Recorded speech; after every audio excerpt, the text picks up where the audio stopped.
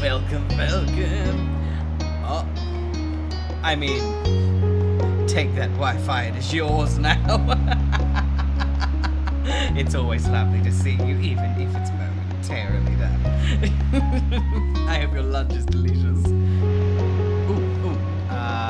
The game's a little bit loud. I'll dock it down a bit. Appreciate you pointing that out. Once again, hope and a prayer. Mic's as high as it can go, but I can bring the volume of the game down. Perfect, sweet. Hi viewers, I know. Hi Nix, how you do? But yeah, so to give some context as to why this stream is being held together by essentially a hope and a prayer, is last weekend you know how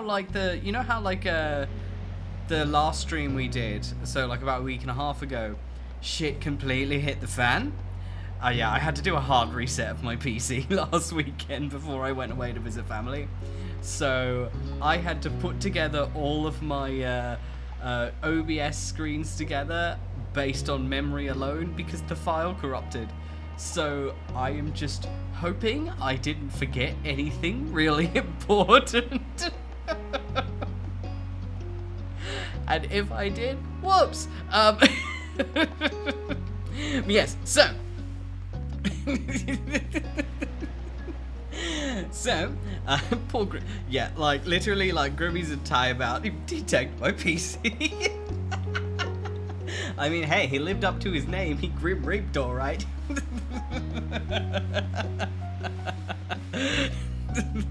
We'll come back to Grimmy. I just need to. I'm just gonna be huffing at it for a bit.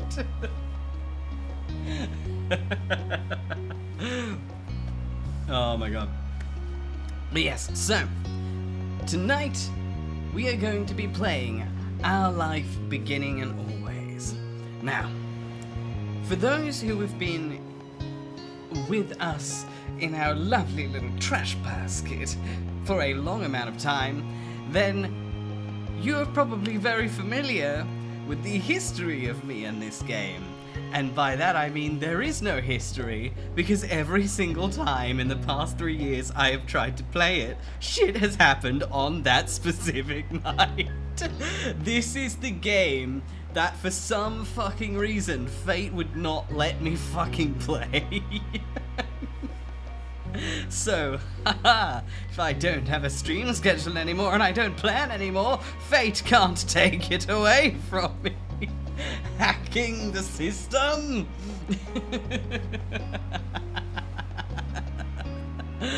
Oh. Yes, so I am edging fate.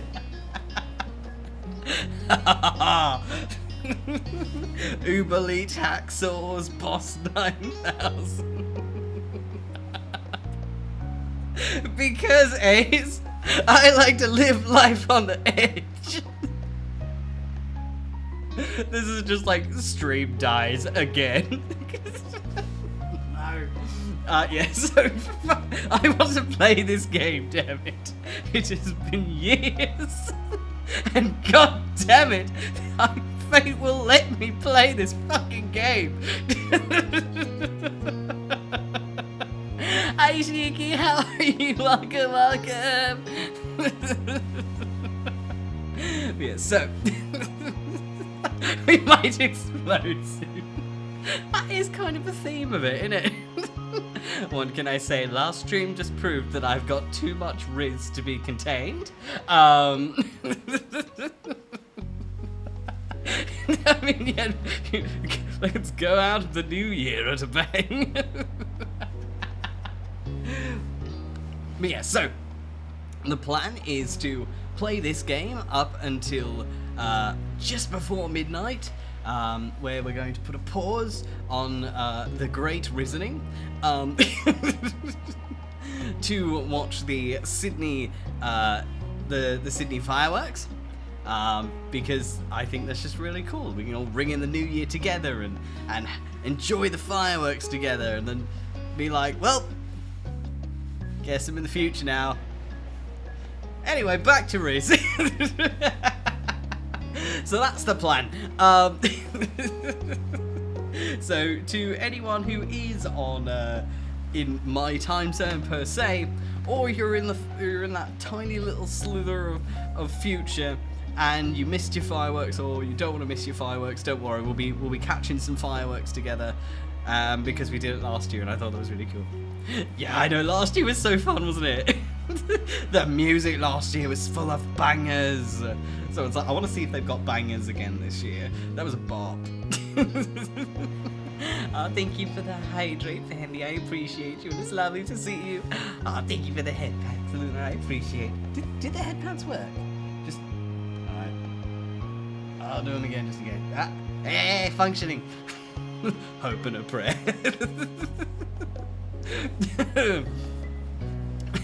Oh yeah, alright, so, new file. Because obviously I haven't gotten to play this yet. I'm very glad. Ooh, partying on the beach. Alright, writing in shit notebook. Ghosty likes to party with an A and a Y on New Year's. Oh, it's always lovely to see you, Pandy. Anytime Insomnia gets you, you are always welcome in this trash can. If I've remembered to open it. But it's okay, we have the Discord trash can that's open 24/7.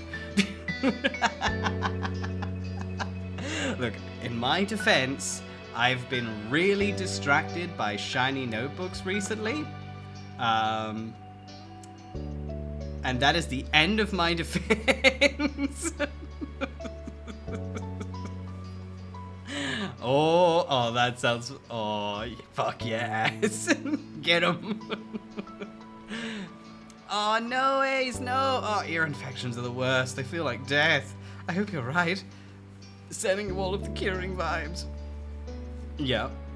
Ah, yeah. Well, I'm glad you'll be joining us this year. Hi, Bob. How you do? Oh my god, like... my next illegal flesh tubing video, you're about to see that I probably deserve to be put in timeout. But also, you'll never take me alive! Oh, my shiny notebooks!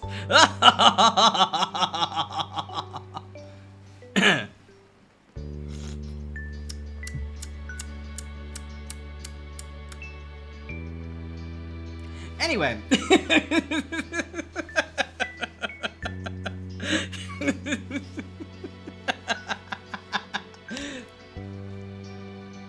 Alright, so welcome to Our Life Beginnings and Always. There are various ways you can customize, interact with the game, blah blah blah. Tutorial, blah blah blah. The game's divided into 4 periods. Life, I don't read rules. I put shit together and hope I don't break it. Yes, I will make myself pretty. I am a speed reader. I am reading these instructions very clearly, and I do not consent to a quiz on what they are saying. It's more I know we're going to be here for an hour if I read them out. Alright, my character. Ooh, there's so many options. Alright, I can be rond, I can be pointed, I can be a peach, I can be a butthead, square. Ooh, so many choices. I'll go basic, let's go round. Alright, now where's pasty as shit? There we go. So pale you can't see the difference between them in the background. Now that's me. Alright, eye shape. Sharp and pointy. There we go. Fuck it, I'll have some lashes. Aesthetic. Alright. Gold. Perfect. Alright, hair front, alright. Oh, we got curly. Oh, flowy. Look, if you ever have a dream of me and I am tanned, that's how you know it's a dream, because I am physically incapable of such a thing. I am so white, I genuinely cannot tan. I have never tanned once in my life. The color of my... And like, this is something that like those of whom are tanned will relate. In that I mean, they'll relate that I can't relate. The color of my legs is the same color as my face. And anyone who's had tan, unless they're sticking their leg grippers out all the time, their leg color and their face color is usually different. No, I'm a consistent single shade, because I have no shade. I am only bois. So if you ever need a reflector, I'll volunteer. Ooh, I can be smooth and choppy. I may burn, but I will go down screaming. Honestly, Cheeky, that basically is me. Bright side, if I ever wanted to be covered in coloured tattoos, I'm a prime canvas for it. You may as well be painting on white. Shush, Az! No! Shush! Shush! That was just a couple times. I need to, how are you? Ooh. Let's see. Triangle aesthetic. Maybe we could go with basic. Yeah, that looks pretty good. Front color, white. Come on. Give me tighty whitey bangs. There we go. Oh, I could have just clicked back. Yep, well. Alright, so pull black. Alright, now we want fluffy. Fluffy! Not fluffy enough. Not fluffy enough.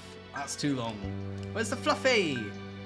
No, I can't really see it. It's so white. That's probably the point. Alright. This is where I can see it.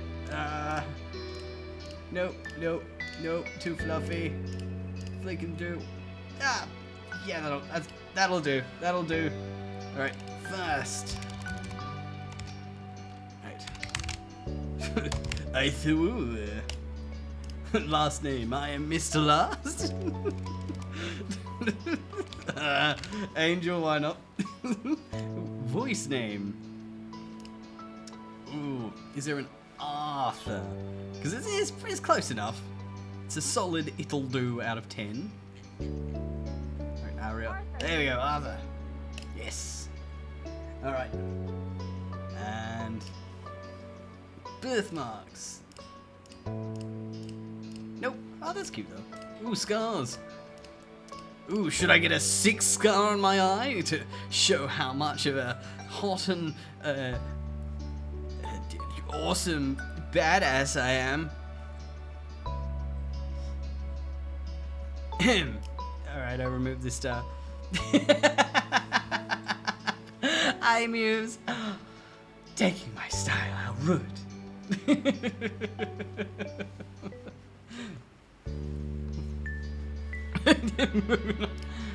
Ooh, I can have rosy cheeks. They're like, those cheeks have more pigment than the rest of my face. Yeah. Honestly, Sam, I think the voice name is really cool, especially with how many names they've got in there. I think that's really cool that they've gone out of their way for it. Alright, freckles. Nah, too dark. Alright, hand size. Small. I know what I am. Short.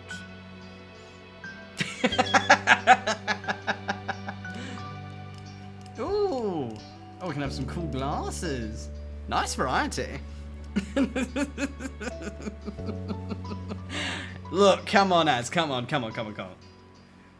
All you want for Christmas is a plate of soggy num-nums. Huh?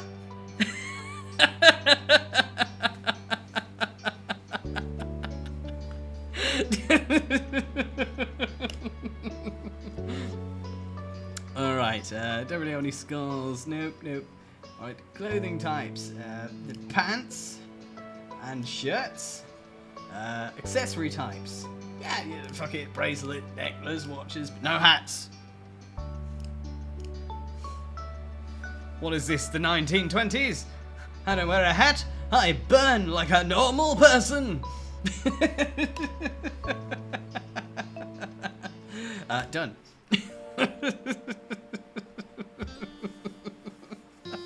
Look, Broyd may have taken me out, but one day, one day.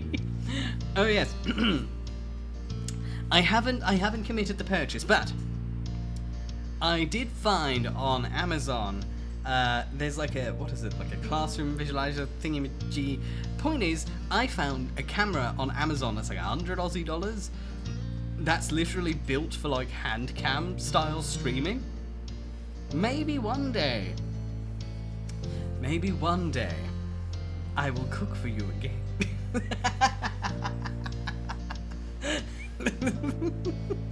Gotta get you with a broid.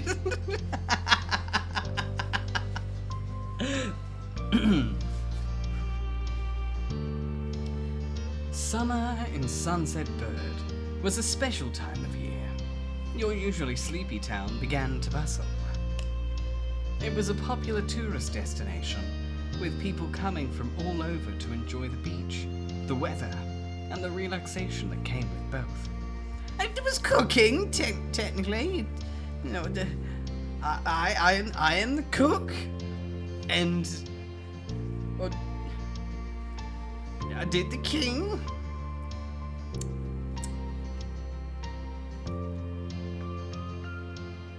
Don't you want to see Broyd 2.0?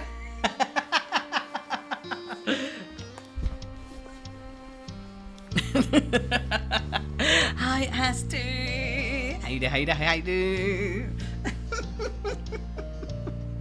Oh, come on. Don't you want me to make you a sandwich?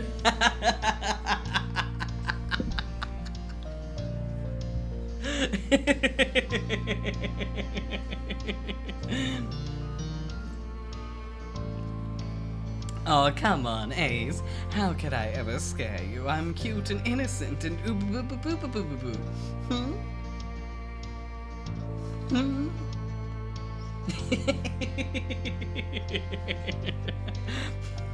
Oh, come on, Az. Don't you want a homemade dinner? I'd rather eat Asterstein.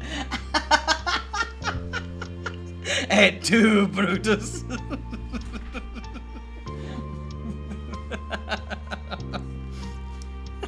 Oh no, it's no!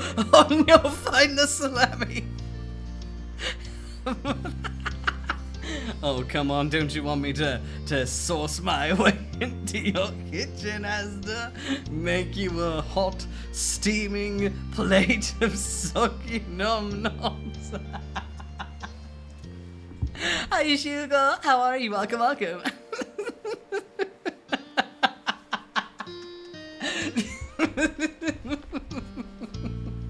I'll get into the kitchen for you, baby.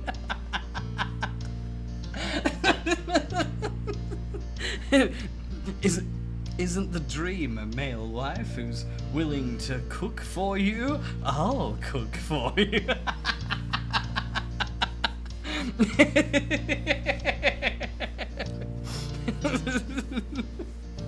Oh no, Ace, rest in peace.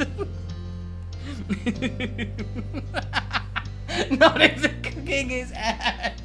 Look, we don't discuss the fine print, okay?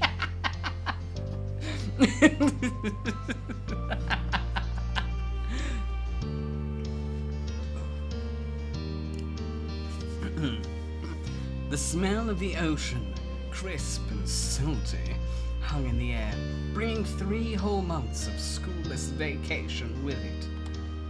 During the summer, your mums didn't like you to wander too far outside of your neighborhood, so you knew the area pretty well. That included the people. No, there is no fine print. I will create you the most food ever.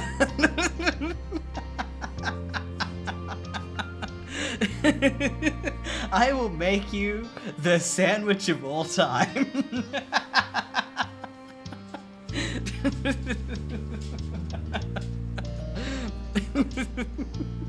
I do hope you had a lovely rest though, Sugar.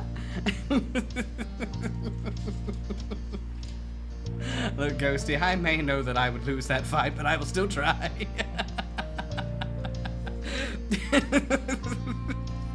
Oh, come on, Az. Oh. Mean.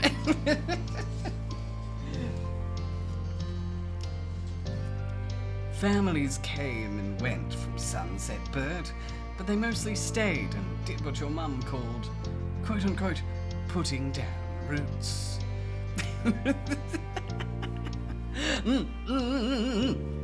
Oh yeah, you can do so much shit in this game. It's even got voice names. It's personalized. Oh, your Jinx week is coming. Oh, fuck yeah, Nick. They built businesses, they got to know each other, and they definitely said hello to the nice young kids who waved when passing their stores.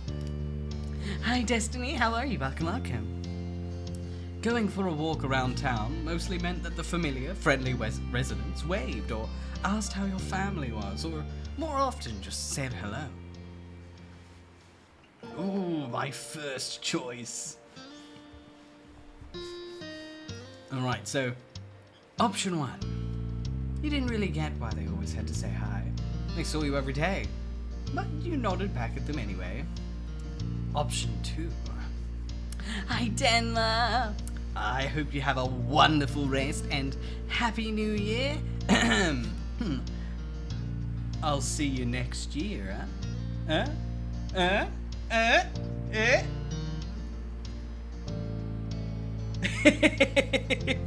Oh no, Ace, no! Heathens. Ooh, I hope you're having fun playing Minecraft.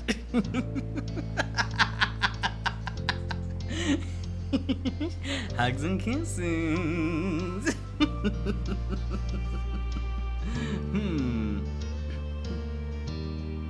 Let's go with the first one because it is blue. You didn't really get why they always had to say hi.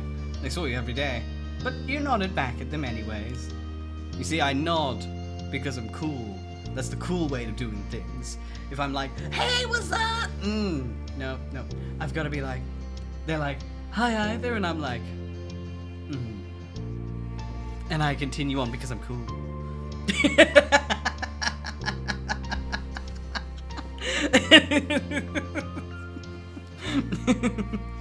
It was the polite thing to do after all, and your mums had taught you to always be respectful. But today, there was a man sitting on the curb outside your house. He was sitting with his head in his hands, his whole body slumped over, and you wondered if he was even a real person, or a statue that had magically sprung up from the ground overnight. Whoever, or whatever he was, you had never seen him before. Oh, rest in peace, Q. I'll remember you fondly if you don't come out of that pit. One thing about knowing everyone in Sunset Bird was that people who you didn't recognize really stood out. It was rare for tourists to venture into the residential district, as your mums called it. So, for you, not knowing who a total stranger was set off a lot of red flags. Your mum's had a talk with you and your big sister Lizzie about this kind of situation before. But you weren't listening.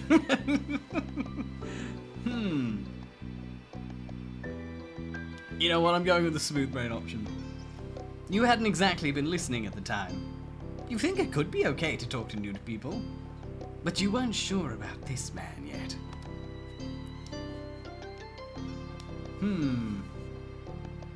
Alright, so the first option, I feel scared that he's blocking the way to the front door. The second option, oh, what's this? The third option, meh.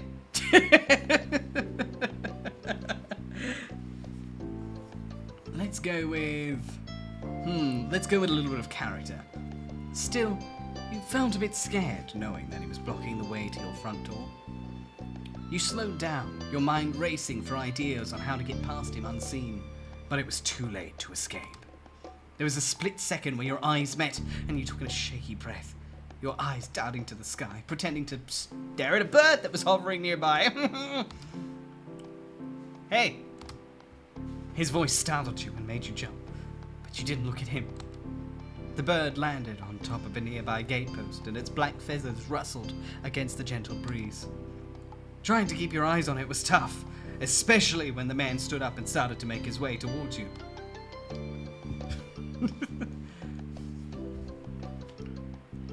Still unsure about him, but willing to be friendly, you offered the stranger a smile. Hey!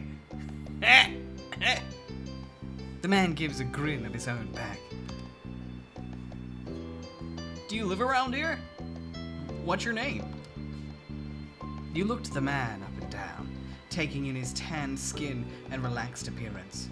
At least his clothes were relaxed. The way he was acting certainly wasn't. Hi, Commodore. Thank you for the headpats. It's lovely to see you. How you doing? Yes, you got the salami. Victory!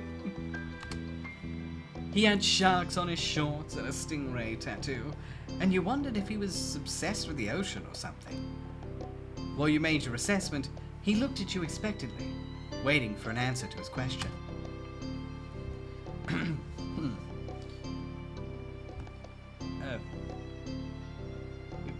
Yeah, I live here. Well, that's great! He looked happy to hear it, giving you a broad smile. He reached into his pocket and pulled out a clean $20 bill. It crinkled in his hand as he held it up to you. Even more confused than before, you looked back at him. Well, could you do me a favor? Nothing bad. Sorry, I should have. Let me start over. He cleared his throat and stood up straighter. From where you were standing, it just made him look creepier. I have a son. His name is 𝐄𝐍𝐕𝐓, who's about your age. 𝐄𝐍𝐕𝐓. That seemed like a strange name for an actual living person to you. But definitely the kind of name that someone like this guy would give their kid. You just like immediately turn into an Eshe.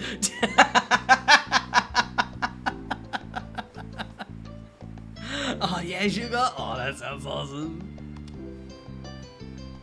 We moved in across the street, see? He gestured towards the house that had been empty for a year, his watch catching the late afternoon sunlight reflecting off the walls. The gigantic "For Sale" sign was finally gone. You must be Either Angel, right? I met your moms earlier and they told me you were 8, just like him, so... He shook the $20 bill to bring it back to your attention, a hopeful smile, tilting his lips at the corners. Can you try being friends with the boy? Just give it a chance and you can keep this. He's a good kid, you'll like him. You might. But you gotta keep it a secret too, okay? Wouldn't be friendly to say his dad sent you. Did other kids really get their parents to pay for friendships? Had your mum done that for you and Lizzie? The thought made you frown. What do you say? Want to make a deal? you just immediately run away. It's like, first one, $20 is 21. Second, I don't want your money. Third one, just fucking bolts. You know what? In this economy, I take the bill. You carefully plucked the bill from his outstretched hand, grinning at the thoughts of what you could do with that much cash. Oh, let's see. Oh, there's so many options.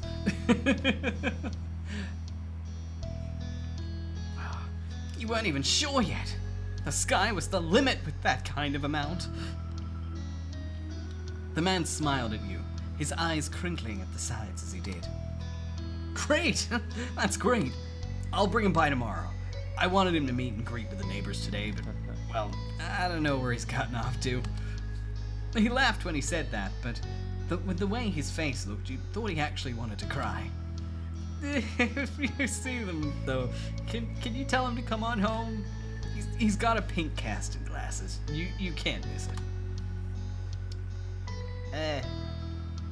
Can I keep this either way? He chuckled at you and rested his hands on his hips. You sure can. The man smiled and reached out to pat you on the head, paused before doing so, then pulled his hand away instead. Your mom's already checking around for me. Such a thoughtful group you guys are. I thought he might come back and... Oh, just... That's not what's important. I have to go. Thanks again, Arthur. So much. He jogged off down the street without another word. You decided to check the hills behind your house. Oh, Fire Emblem Three Houses. I've heard of it, but I've never actually played it. But I've heard it's a good one. Is it, like, I know that like Fire Emblem's got a lot of different games in the series. Hi, Knox. How are you? Welcome, welcome. The chirping of crickets in the tall grass greeted you, quiet and familiar. From the top of the hill you could see the ocean. As you walked, you listened to the crash of the waves on the shore and the seagulls squawking as they settled down for the night. You loved to hear stories about the sea, about the merfolk and sea serpents who imagined living far beneath the waves. Sometimes you could almost convince yourself that you'd seen the flash of a shiny mermaid's tail in the distance. You took in a deep breath. You wanted to try to relax and couldn't. You weren't sure what, but something told you that you weren't alone, so you glanced around. There was a boy sitting at the top of one hill, almost completely hidden within the long grass and white flowers surrounding him. His head was buried in his knees, staring ahead by himself. Hi, Mickey. How you doing? For whatever reason, probably just that he wasn't paying attention, he hadn't noticed you yet. You watched him for a minute longer, feeling a little bit like you'd found a deer in the wild. Though deer didn't have green hair, but this new boy did. You watched as it fluttered softly around his face in the breeze. After a few more seconds, you took a step forward, and then another. And then he glanced your way. His aquamarine eyes reflected the light of the moon. This 8-year-old kid's got a vocabulary for days, just saying. You stopped, raising a hand to acknowledge him and show you weren't scary. Are you lost? With a start, he jumped to his feet, his hands balling into fists at his sides. He didn't say anything, just stared at you in a strange way. He'd been crying. There were traces of tears on his cheeks and his knees soaking the hem of his shorts, and his eyes were shining with a few more. You'd obviously caught him off guard. His pink cast seemed to glow in the twilight, though when he caught you staring at it, he hid his arm behind his back. Something the man earlier had said stuck out to you. Cove? Eyes wide, he studied you. How'd you know that? You touched the money in your pocket, feeling it crinkle beneath your fingertips.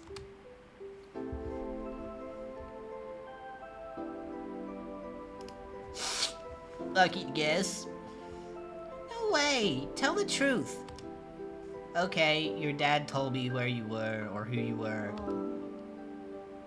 Oh. So, is this your hill?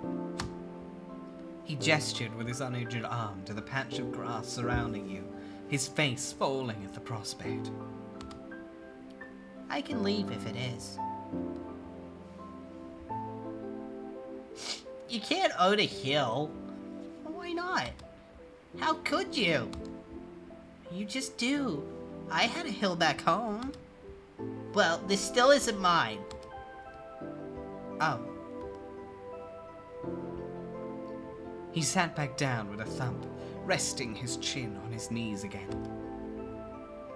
Curious about the strange new boy with the odd dad, you sat on the patch of grass next to him. The pure white flowers that covered this hill rocked back and forth gently as the stars twinkled above, The way they dotted the sky made them seem like flowers too. The night wind was cool as it travelled over the ocean and up the hill, chasing away the heat from the afternoon sun.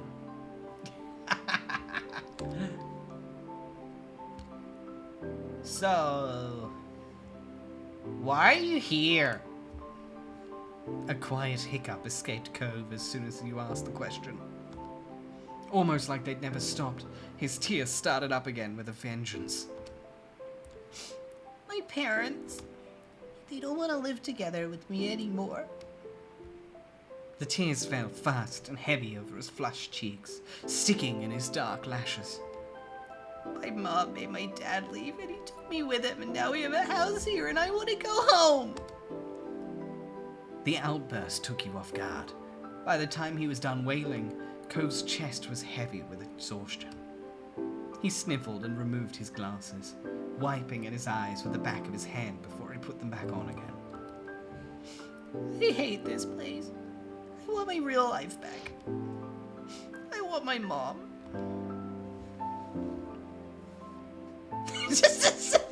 Stop crying! 3 of these options is a nice kid. 1 of them is an asshole.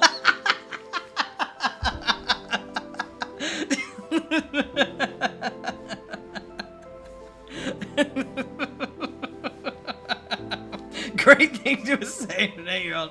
Shut up, you're annoying.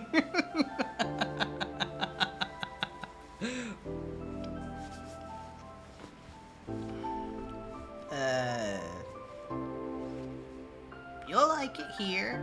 You just have to get used to it. He slipped his hands underneath his glasses and pressed his fingers against his eyelids. 𝐿𝐸 wound himself up again for another long crying fit. Sunset Bird was a nice place to live. It had a beach, playgrounds, a good school. At least you thought so.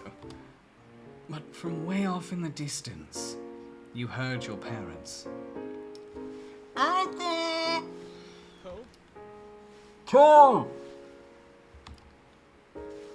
Kids, where'd you go? 𝐿𝐸 looked at you, tears still clinging to his cheeks. Don't tell them we're here. I want to go home to that house. I want to go home. Sorry, I have to. Stretching as you stood, you tilted your head back down to look at 𝐿𝐸. I can't lie to my moms about where you are, you know? And they're gonna tell him. Slowly, 𝐿𝐸 stood up with you, still looking a little bit reluctant. His dad's voice rang out again. 𝐿𝐸, can you hear me? He looked towards the sound of his dad's voice, silent, then turned away while rubbing his not bandaged arm. Sorry. I still don't want to go.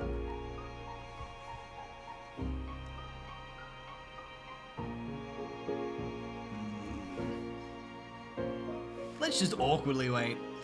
You waited silently with him. Yeah, I get it. You do? Before you could answer, you heard 𝐿𝐸's dad even closer than before. Oh, there you are, bud. The trio of parents appeared over the curve of the hill. Instantly, all their eyes landed on you and they rushed over. Both of your mums were at your side in a split second, faces filled with worry. Arthur! You're here after all! We had been at the park to check for 𝐿𝐸 and then heard what happened earlier when you met the new neighbor. I thought you might have gone off further away. No, we were just sitting in the grass. Oh, thank God you're both fine. Were you two having fun out here? You looked over at 𝐿𝐸, who was wiggling against his dad's tight hug and pushing at his arms.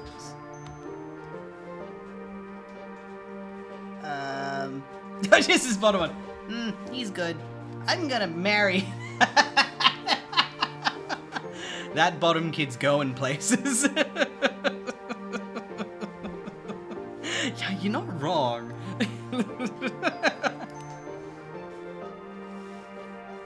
didn't think that was the right word to describe it, but weren't sure what else to say to your mums. Finally, letting go of his squirming, scowling son, 𝐿𝐻's dad turned to the three of you. That's a relief. Thanks very much for finding him. I really don't know this neighborhood.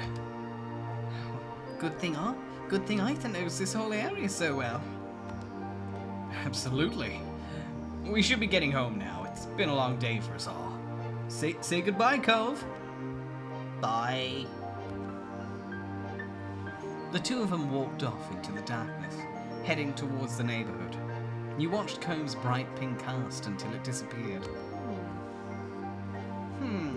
Tell you what, we'll have a proper play date tomorrow, okay? Your new friend's dad wanted to bring him by to see you and Lizzie. How does that sound?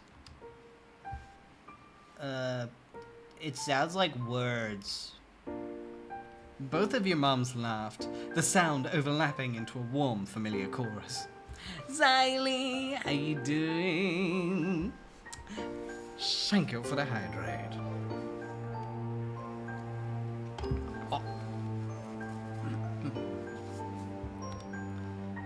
Mummy put her arm around your shoulder and led you towards the path. Thank you for the sub, Xylee. I appreciate it. Thank you, my fellow Bojo Goblin. Satisfied and more than a little ready to go to bed after your long, exciting day, you followed them home.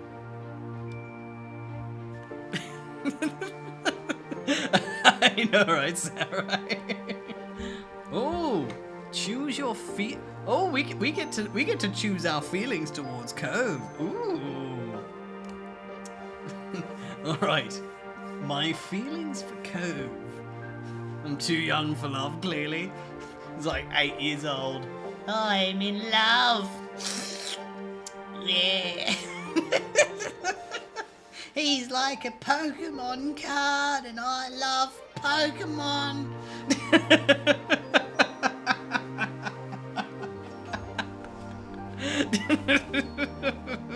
Do you imagine though? Could you imagine if love was unlocked though? Like, that's a kid with a lot of confidence. Oh, it's a cute game, Xylee. Disgusting. Hey, kids are disgusting. That's all part of me. No, don't worry, Shaw, don't worry. I'm deciding my feelings for 𝐿𝐻. Comfort. Let's go with direct. And let's go with indifferent. Let's start off as a shit kid. We are getting into character. We are in the zone. And 8-year-olds only think of one thing. Transformers. Will you take this juice box as a sign of our marriage?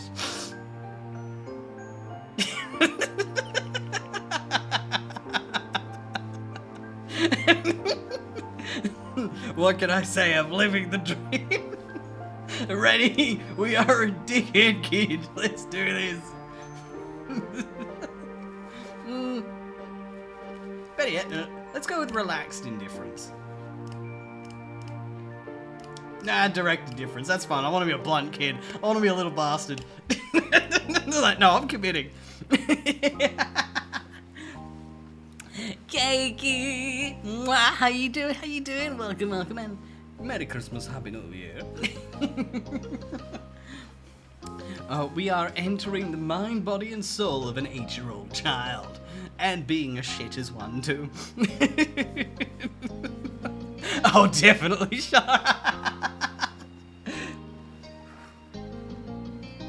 Early the next morning, you were poking at your food, eating it slowly. Your sister Lizzie had run out earlier to go play, but you stayed put. Today, just like your mums had promised, 𝐿𝐻 was coming over to hang out. Excited to see your new friend again, Arthur? We're not friends, really. Okay. Well, With that said, are you done with your breakfast? I don't know. Am I? You gestured down to the empty dish in front of you, raising your eyebrows dramatically. Okay. Okay, we see. Good job. Well, he should be here soon. Cleanup began, and then, on cue, there was a knock. It was hesitant, like the person wasn't sure they were in the right place. Still loud, though. We need to get a more obvious doorbell. I know. Arthur, could you get it? Because Mum said so, you wandered over to the door. Hey, Angel family! Thanks for having us. Mr. Holden, as your mums have called him, and his son were here. Cove looked different in the bright lighting of your living room, and when he wasn't crying. With his dad standing in front of him and Mom and Mommy behind you, you and Cove look at each other. You study Cove apathetically. This was the parents' plan, not yours. Not seeming any more excited than you were, he just stared back. You twisted the threaded bracelet on your wrist. Do you want to go play in your room either? Sure. I've got some cool stuff. Come look. Okay. Okay. Take care. Let us know if you need anything, you two. Have fun, kids. See you. See you later, son. Play nice. You led him to your room, puffing out your chest a little bit at the sight of your treasures. I know, right? We're in theme. There were lots of stuffed animals, a cool bed, and a window to look out. It was a great room. You hadn't had anyone to show it to in a while, but you were really proud of it. Oh my god, shut up.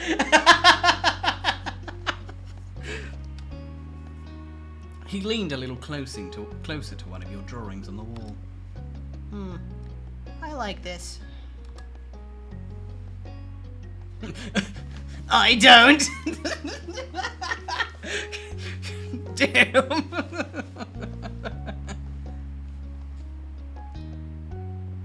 Me too. Okay. You smiled at him. You were proud of that particular piece of art, and you were glad he noticed it. He turned to look around the room a little more, studying the books on your desk and the pictures on the walls. You felt the atmosphere was kind of awkward. You wanted to say something, but didn't know what, so you let him keep looking. Thank you for the headpats, dear sugar. This child is a menace. Then his eyes landed on the tiny box of beach things you'd collected, tucked away by your door. He took a step towards it, before hesitating and pointing at it instead. What's that? A hoard of stuff I found on the beach. Oh. Oh, do you have any driftwood in there? Dragging the books into the middle of the room, you and Cove flopped down next to it. Yeah, I do. Look. You gestured to a piece at the bottom, still covered with specks of sand. Neat. This is a good collection. You got the sense from the tone of his voice that he wasn't just saying it to be nice, or to be like Shiloh. He actually meant it. Hi, Zeus the puppet. Thank you for the follow. I appreciate it. And welcome in. Oh my god, sorry. Yeah. It is like, hi. Hi. Yeah, I'm leaving now. I forgot about Shiloh. Shiloh? He's friends with my older sister, and he's supposed to hang out here this afternoon. Do I have to see him? You don't have to do anything, but he's gotta be here. Anyway, I found this gigantic shell here stuck to an even bigger rock. You pulled out seashell after seashell, explaining where you got in each one and holding them up against the light. There were big ones, small ones, pink, purple, and orange.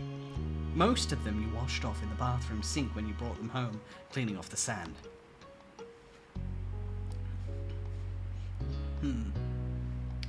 The collection was so huge and varied that you had lots of funny stories to tell for all of them. Apparently fascinated either by the stories or the shells themselves, 𝐿𝐸 listened with what looked like the full force of his attention.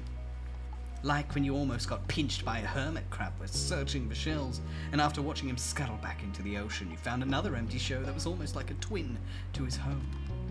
It was a new experience to be the center of such dedicated focus, even if it was only directed at the shells. Bye bye, sugar. Happy New Year.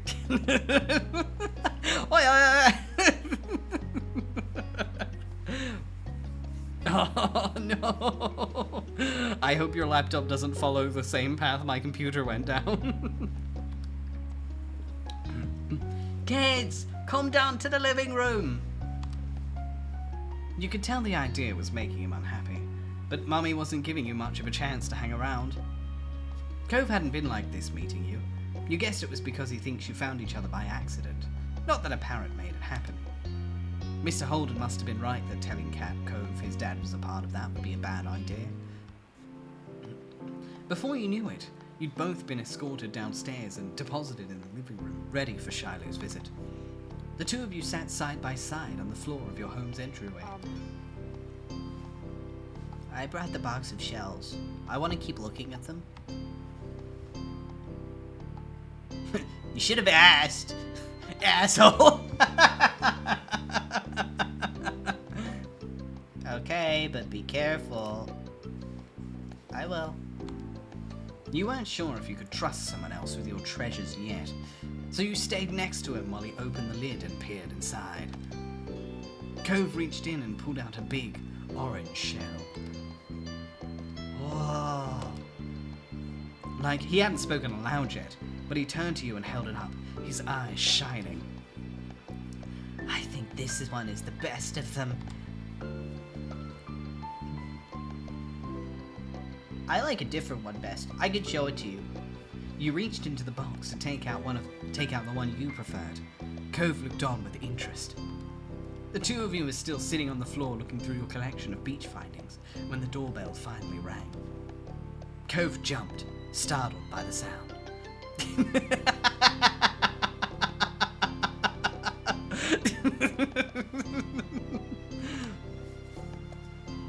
Since the person hadn't knocked, you figured it was probably Shiloh. He knew where to look for that.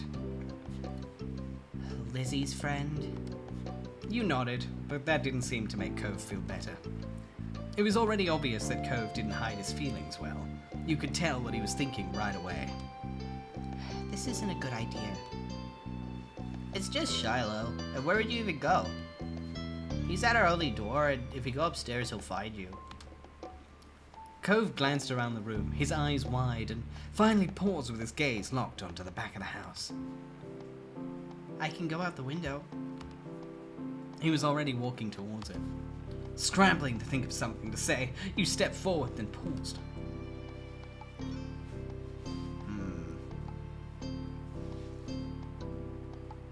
Oh, good idea.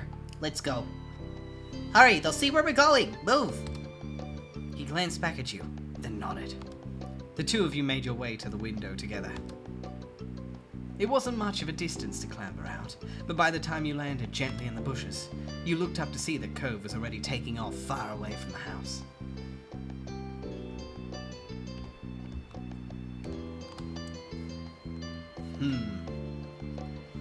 He was not that fast, but you knew you could outrun him if you had to.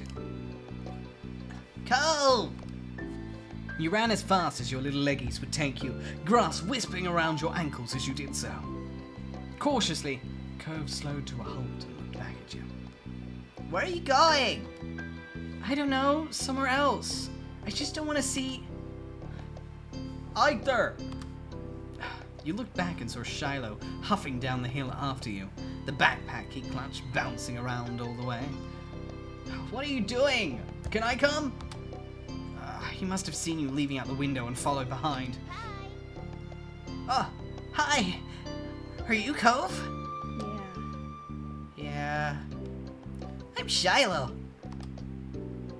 Okay. Yep, are we going back? Or are we gonna play outside? Shiloh's eyes move between you and Cove. The smile remains strong on his face. You got a tiny frown from Cove in response. You were just grateful he hadn't asked why you'd been running away. Inside. We left the box on the floor. Ah, my stuff! Oh, we need to get back to it before someone steps on it. Okay. With Shiloh trailing behind, you and Cove headed back towards the house. The plan for the afternoon, at least as far as you were concerned, was to sit and look at beach things some more. You weren't really in the mood to do much of anything else. This is a scallop shell I found last week. I kept it because it looks neat. It's a pretty color. Kinda like my cast. The beautiful glittering pink did look a little bit like the wrap around his arm. Pink is such a nice color. Okay. Is it your favorite? Not really. What is? Maybe green or blue. Might be yellow. Oh, those are all cool. Yes. I guess. There are better colors. Says you. Like usual, it didn't take long for Shiloh to get fidgety. Lizzie was his favorite. Without her around, Shiloh didn't seem to know what to do with himself. And Cove wasn't like your sister. He wasn't that much like you either. Is Lizzie coming back? Don't know. Ah, where'd she go? I think she's at the beach, probably. Is she playing in her park? Cove's eyes lit up at the mention of the park, and he looked towards you. There's a park? Yeah, but it's old. Can you show me? I want to go. He started getting up before you had even answered, and Shiloh jumped up beside him in excitement. Really? You do too, right? The park is fun. No! No. Fuck your park. We're looking at me fucking seashells. Fuck you.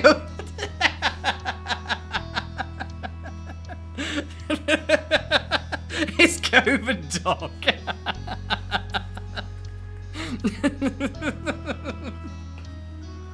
You know what? I'm gonna commit to being a little bastard. Hi, Rins. Lovely to see you. Happy New Year. No. Oh. I still want to go see. You do? Yeah. Like a puppy watching a ping pong match, Shiloh looked back and forth between you and Cove. So, are we gonna go find Lizzie? I don't know. I never really wanted to see her. I just want to check the park out. Adrift without any direction, Shiloh finally turned to you. Okay. He perked up. Both boys wanted to go. It was only fair. After getting permission from your mums, the three of you were ready to head out. It was a short walk to the park. Lizzie had convinced your mums that it was so short she should have always been allowed to walk there by herself. When you found her, she was hanging out in the jungle gym, swinging back and forth. Hey, Lizzie. Her face lit up when she saw you, her big brown eyes going wide. Arthur! Shiloh! Hi! She dropped to the ground and landed with a soft thud in the sand. In a split second, Shiloh had abandoned you two and scrambled over to stand by her. You were used to being left out when it was just the three of you, but now Cove was here. You're alright, dear, and you're here now, and that is all that matters. Ah, that's cool, Nick. Fuck yes! You weren't sure if this was an improvement. Who's that? It's Cove. He's new. I remember. Hi, Cove. Welcome to my park. No one ever comes to play here, so this is where we get together. She gestured wildly with her arms as if to present the area to the newcomer. Without interrupting Lizzie's speech, 𝐿𝐻𝐕 whispered in your ear, quiet enough that the others wouldn't overhear. I thought kids couldn't own places like parks or hills. You couldn't help but laugh a tiny bit. Shush, Ghosty! While Lizzie continues talking, you took the chance to kick off your shoes and wriggle your toes through the warm sand. Nice, huh? In this neighborhood, I'm the one who comes up with the ideas. You are? Yeah, I am. Who else can handle the job? Lizzie is the oldest. By a lot. My mom said that you're either's age. Yeah. Yeah? Thought so. I'm still the only one in this group with double digits. What about other kids? Other kids? There aren't any. We're the only kids here, and Shiloh is just visiting from another place. Not even tourists really bring their kids here. This is the land of ancients. Be careful that the oldies don't try to steal your youth. Oh. For a second, it looked like he might cry again. But something in his eyes has shifted, and he looked back at Lizzie. What kind of old people? Like moms and dads or grandparents? Grandparents who don't have kids. They hate kids.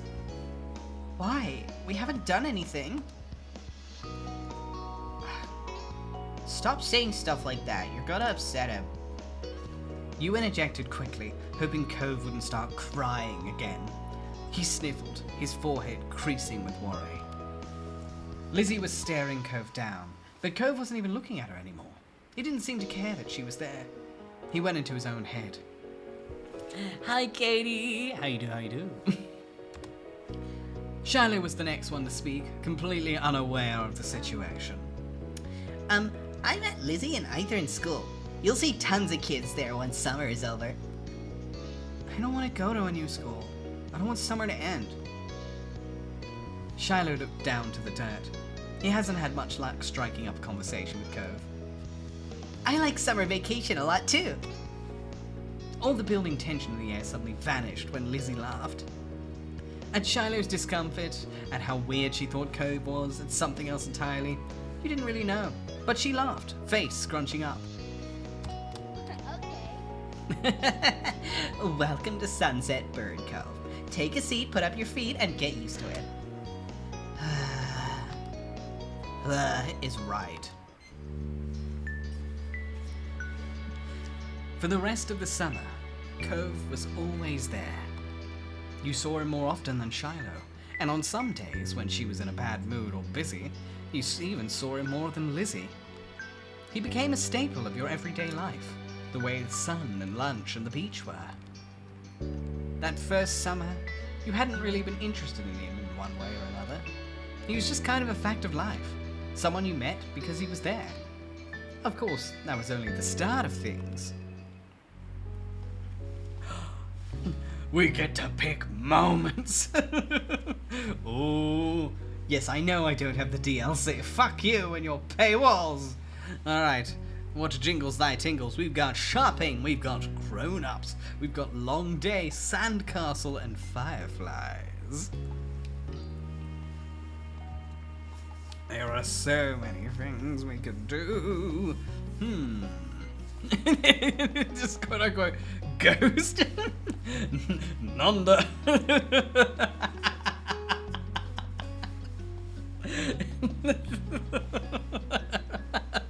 Look, as always, the DLC has all the fun options, alright? Anyway, how much is the DLC? I don't know, actually. I haven't checked. Let's see. I'm actually kind of curious. Just how much is the DLC?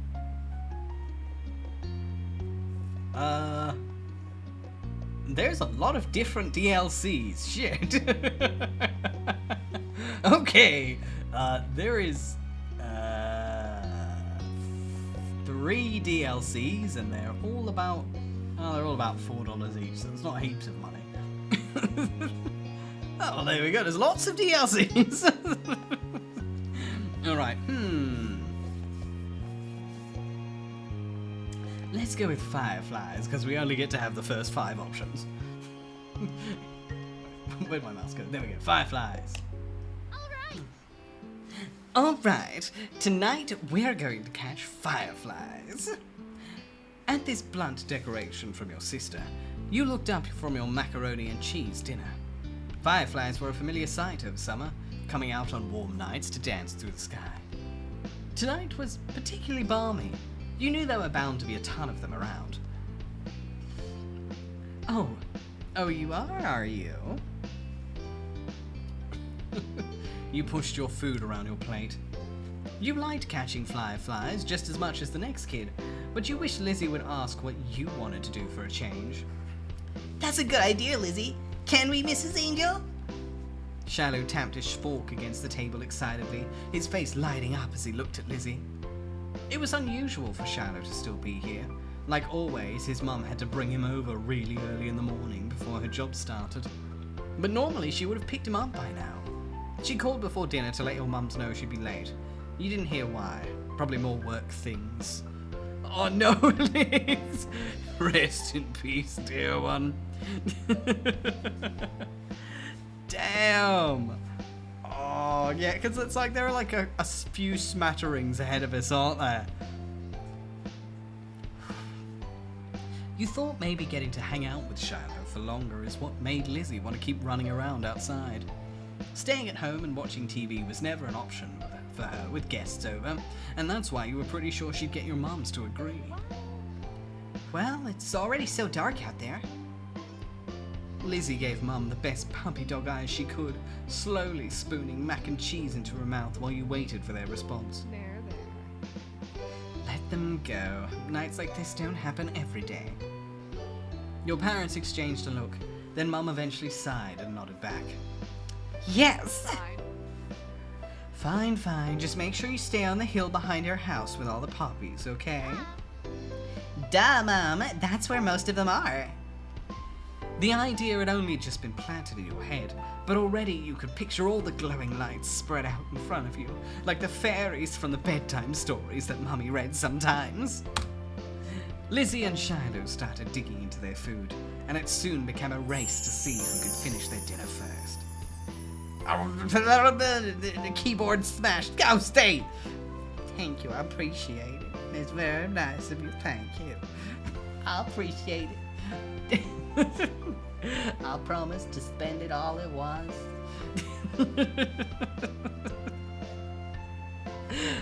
I'm assuming that's for the DLC. Let me see, because like Stream Elements never tells me what the note is. I have to actively go and check. Alright. Alright, there we go. And points, heart, Paperboy. Thank you for the stretch. Alright, arms in front, up over the head, and yeah. We change my name to Keyboard Smash.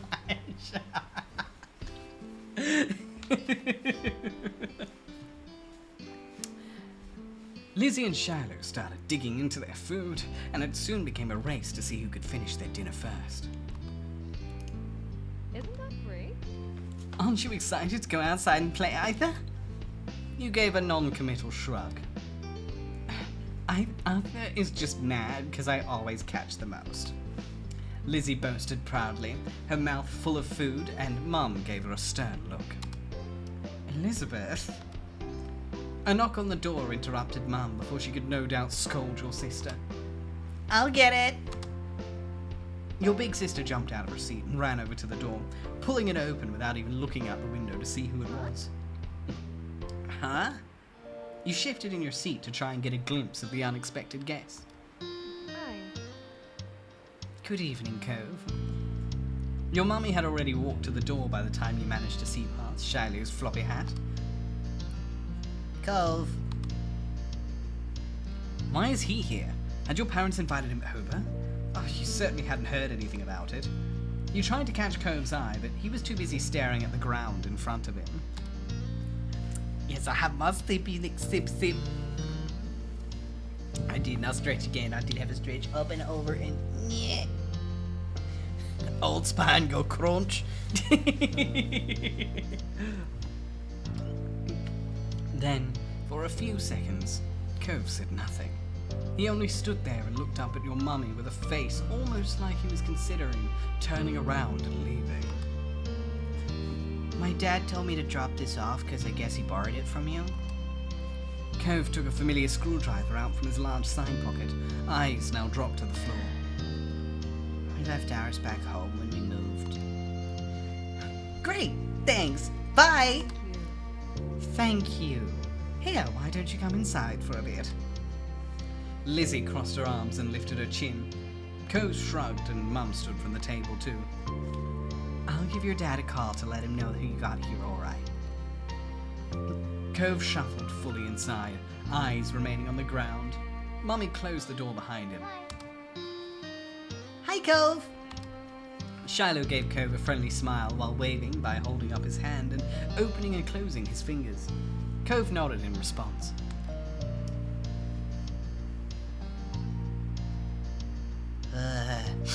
Cove, are you gonna catch fireflies with us? You could see Lizzie eyeing you for mentioning the excursion to an outsider, but she'd get over it. If Cove said no, you'd understand though. Catching fireflies wasn't something that everyone liked to do. Yeah, I want to see him. I've never caught one before. It's too bad he didn't have a chance before now. The fireflies weren't out when he first moved in, and there must not have been anywhere he used to live. Well, we can't go until after dinner. After she pointed this out, Lizzie walked back to the table and took a seat. There wasn't much left on her plate. Honestly, Ghosty, the parents are just like, be friends. The kids are just like, okay. Since this was very true, you decided to finish up your own stuff as well. Cove stepped closer and eyed what was on the menu for your family's meal. Have you eaten yet? Yeah, my dad and I ate earlier. What did you have? Eggs. The clipped one-word answer seemed to discourage Shiloh from asking any more questions. His eyes slowly wandered back to the last scraps of food on his plate. Her phone call with Cove's dad must have ended because your mum came back into the room. Okay. Cove, your dad said that you can stay for a little while if you'd like, but he's gonna come and get you before it gets too much later. Sure. Fun. Oh, fun! This will be so nice! As you polished off the meal, you hoped it would be too. The three of you all finished eating shortly after, and Lizzie led the way outside. Remember, don't stray too far. It's fine, Mom. Shiloh trailed so closely after Lizzie he was nearly stepping on her heels. Cove hesitated at the door. Come on, let's go. After a moment, he did. Bye. Bye, children.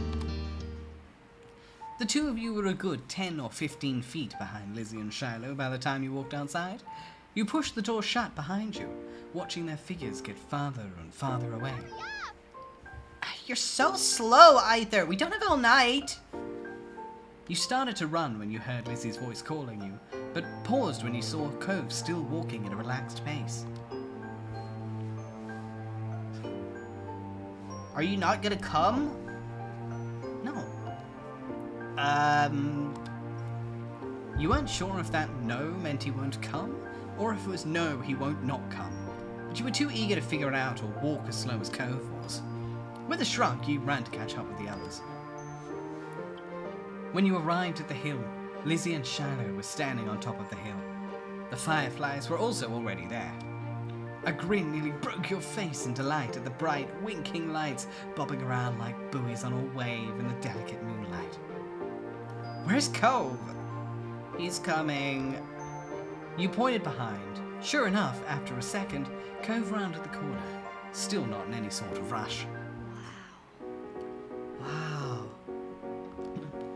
Shiloh took a moment to come over and welcome the both of you to the hill. Hi, guys. It's really great out, huh? See how many there are? Yeah. A firefly danced through the air, landing on Cove's sea green head. You shooed the bug away. The little bug was spooked when you waved a hand towards it, flittering in front of Cove's nose for a moment or two before darting away. Cove let out a surprised sound, then followed after the glow. Oh, Oh, look! Lizzie has one! That's amazing! Shiloh ran to the highest point of the hill, making sure not to lose his hat or his backpack along the way. You hummed as the group divided and conquered, shifting your gaze to the dozens of other fireflies sailing around. The game was on.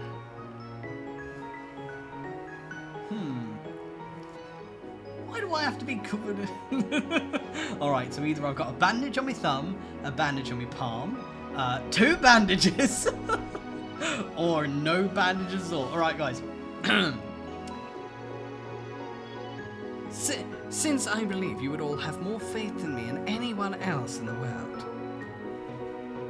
surely I am definitely option number 4. What do you guys? 2! 2!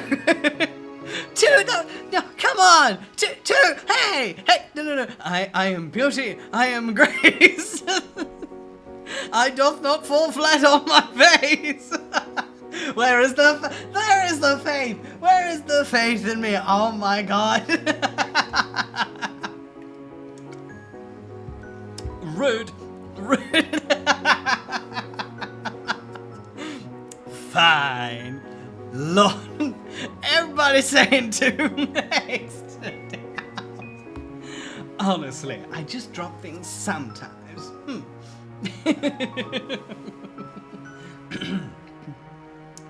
Fine. I don't know you. You had 2 bandages on your hand, and you tried to be cautious of that. Spotting one close by, you approached him with assassin-like stealth, crouching down to make yourself seem like less of a threat. And my response to that, dear ghostie, is suddenly I don't know how to read. Slowly dragging... Slowly dragging one foot in front of the other, you crept up towards it, arms outstretched. You closed your hands around the little glowing orb, careful not to crush it. The firefly landed on your palm, almost docile, and you stared down at your prize in delight.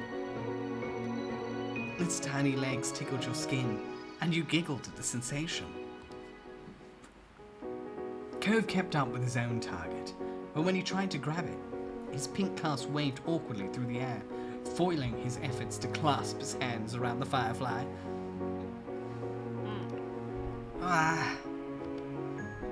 𝐄𝐍𝐕𝐓 watched it vanish into thin air with a dissatisfied expression on his face. You know what? I'm staying in character, and right now my character is a twat. You made a joke about what had happened. If you keep doing that, you're gonna scare away every firefly in the world. They'll go extinct. 𝐄𝐍𝐕𝐓 wrinkled his nose, turning away and walking to a different spot on the hill. He must not have liked your joke very much. You decided to collect more. With renewed vigor, you ran out into the hill. You're not sure how much time passed while you were in the thick of it. All you could focus on was the adventure at hand. No critter was safe from your grasp. At first you tried to keep a tally of how many you'd caught, but once the number grew higher than 10, you had no more fingers left to count with. You were having the time of your life, racing up and down the hill with the crash of the ocean and the sound of everyone's laughter echoing in the background. Eventually, the fireflies began to thin out and your energy started to lapse. You decided it was time to call off the hunt. Alright there, 𝐄𝐍𝐕𝐓, get up here. We're gonna have a race. The shouting caught you off guard. It had been quite a while since you heard from Lizzie or Shiloh. You glanced over to see them both standing at the top of the hill again, Lizzie beckoning you with quick hand gestures. If she was like that, you knew there wasn't much room for disagreement. Up the incline you went. From the corner of your eye, you saw 𝐄𝐍𝐕𝐓 was coming up as well. He didn't care for Lizzie a lot, so you thought he might be intrigued just by the idea of a race. Hi. go. Hi. 𝐄𝐍𝐕𝐓, you can't roll down the hill. You could hurt your arm again, okay? You'll be the referee for the rest of us. As Lizzie pointed this out, 𝐄𝐍𝐕𝐓 froze in place. Oh, it was that kind of race. He frowned down at his cast. That was the second time it had gotten his way tonight. What? Yeah, you'll watch and see who gets to the bottom first. That's important. Got it? Yes. I guess. The cast was sturdy. If he was careful, he could have done it. Lizzie might have just been looking for a reason to make someone else the referee. But it was already decided.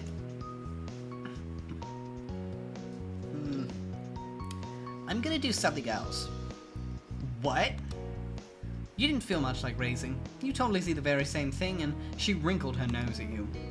But the race is always better with more people. I want you to play too. Shrugging your shoulders, you refused to budge, and Lizzie let out a huff before throwing her hands in the air. Fine, I'll be the winner whether you join or not. Lizzie moved to lay down, and Shiloh did the same. Fine. Bye. Bye. You turned and wandered to the other side of the hill, deciding how to spend your time. Your plan was to catch even more fireflies. You notice now that since there was no one around to chase after them, there were more fireflies hanging around than before. Welcome back, Samurai. It took a few tries before you were successful in capturing one of the little lightning bugs, but you held it carefully between your hands. Peeking between your fingers for a close look, you noticed the firefly's light was wavering, blinkering on and off slowly. When you opened your hands to set it free, it flew off, shining as brightly as all the stars in the sky. You continued your solo hunt, much like before, you know. Hold on. Asta, what are you doing? Scooch. You. Naughty. Are you in your box? Yeah, I know you. Don't give me that look. Don't give me that look. Yeah, you've been busted. Yeah, you can't just act cute and get out of trouble. Little shit. Clearly I haven't been paying enough attention to him.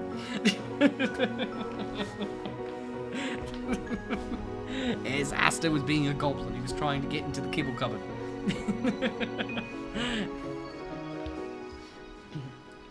You continued your solo hunt much like before, for you're not sure how long, until a familiar voice called out. I've got two cats for reference. Asta's the naughty one. Either it's time to go home. Your head perked up at the sound of your name, and you followed it over to Lizzie, sad the night was over so soon. It had gotten late and was beginning to feel just a bit chilly as you made your way out of the hills, but the cold in the air hadn't dampened anyone's spirits. The four of you walked back home together side by side down your neighborhood street, discussing the evening with each person trying to prove that they were the one who caught the most fireflies. You knew that whoever really did catch the most didn't matter much anyway. All that mattered was that you'd all had a good time, which, judging by the smiles on everyone's faces, you did. Knocked out. Right. Now, let's get these DLCs, the dukes. Alright, let's see.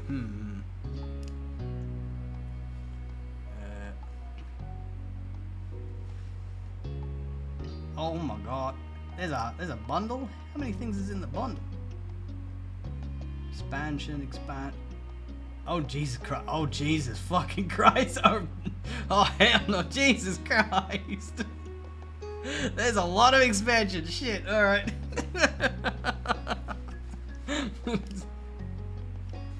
Oh my god. Alright, I'll get a couple. Alright, there we go. Get the expansions, I believe. I do hope you enjoy my my fleshy crimes.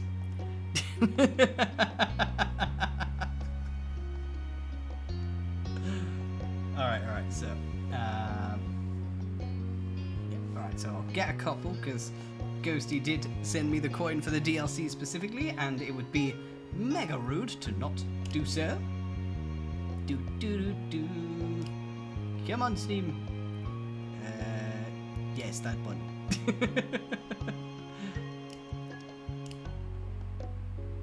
Yeah, continue. Continue. Do, do, do, do, do. Alright,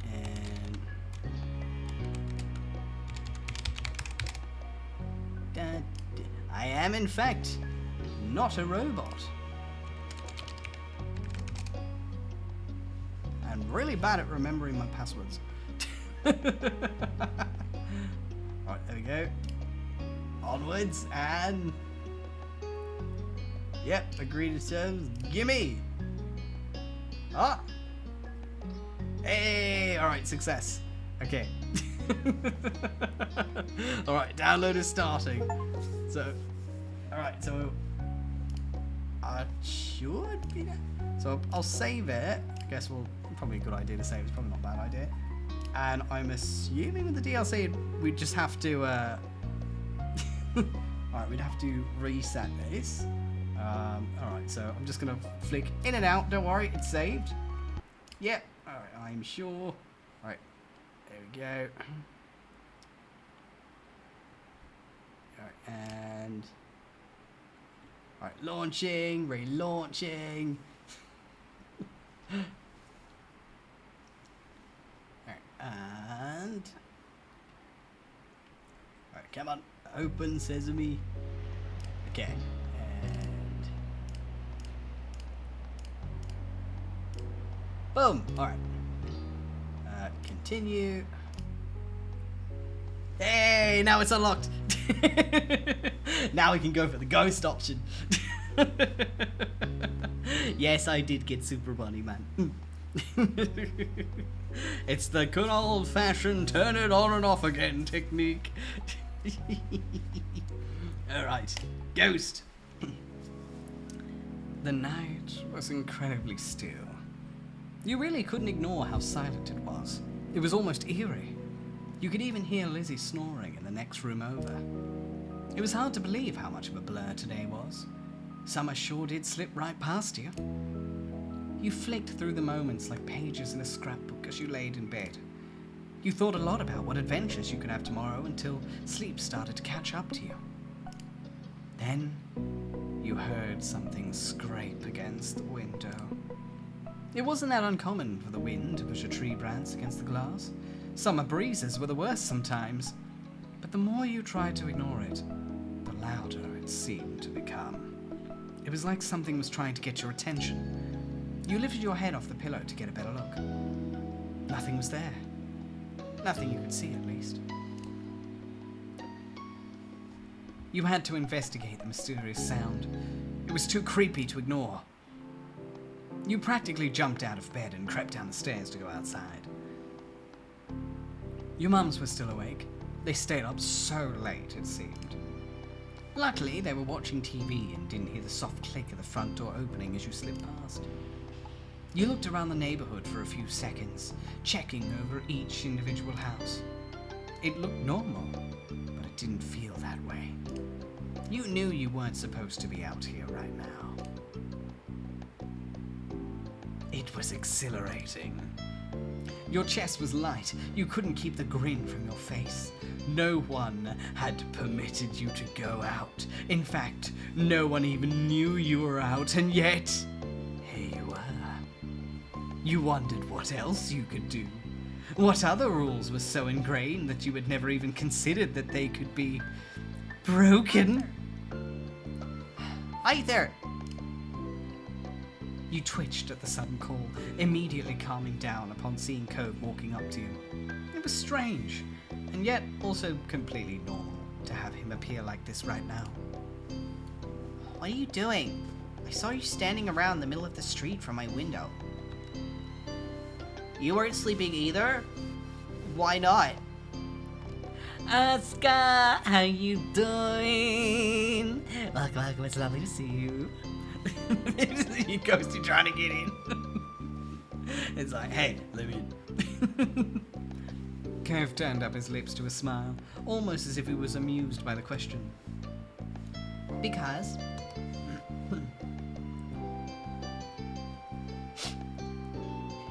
you hear a weird noise? You could tell you hit the nail on the head by the way his eyes widened. Yeah. You knew? I heard it too. That's why you came out, huh? Cove hesitated for a moment, looking down the street before his aquamarine eyes fell onto you again. Did it scare you? No. I was scared. It's okay, Cove. We're safe. Thanks. Thanks. Your reassurance definitely seemed to ease his fears, at least a little. I was kind of wondering if it was the wind, but what if it's not? What if it's a person? What if it's something that's not a person? The unsettling noise suddenly rushed through the air. Cove and you flinched. It sounds even worse than before. You were about to agree with him when the noise came, yet again, tearing through the still night. The two of you rapidly looked around, trying to find the source, but to no avail. There was no sign of an answer to this puddle.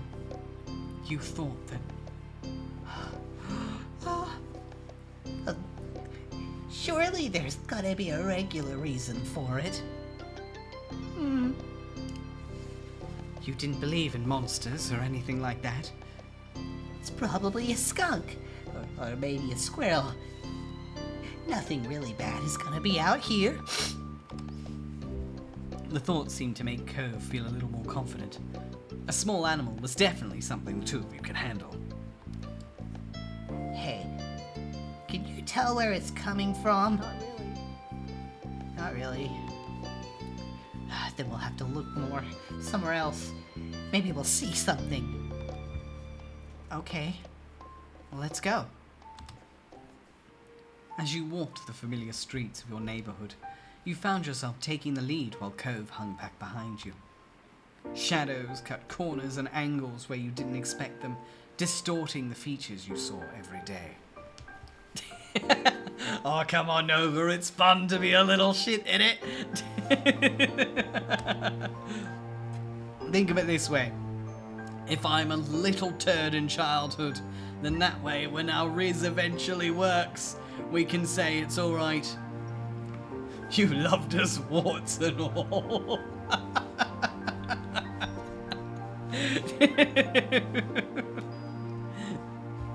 The noise came again, shrill and hard. It set your teeth on edge the way it ground its way through you. Cove's throat bobbed. His eyes glistened in the dim night. If Lizzie were here, she'd make fun of him for being such a scaredy cat.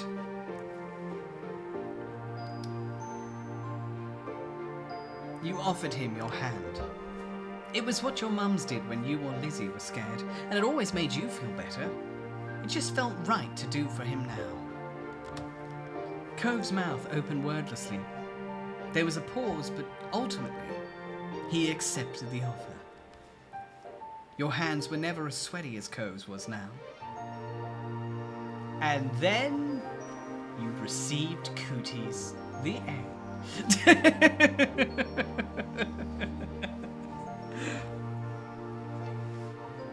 Honestly, I believe it or not, when I was a little kid, I was the shyest little thing. I was one of those shy, really reticent little... I always hid in my corners. I'd probably only talk to one or two kids. Apart from that, I was cripplingly shy. And I was also, I went from a cripplingly shy child to a painfully emo teenager into a weird adult. YOLO, baby, swagness.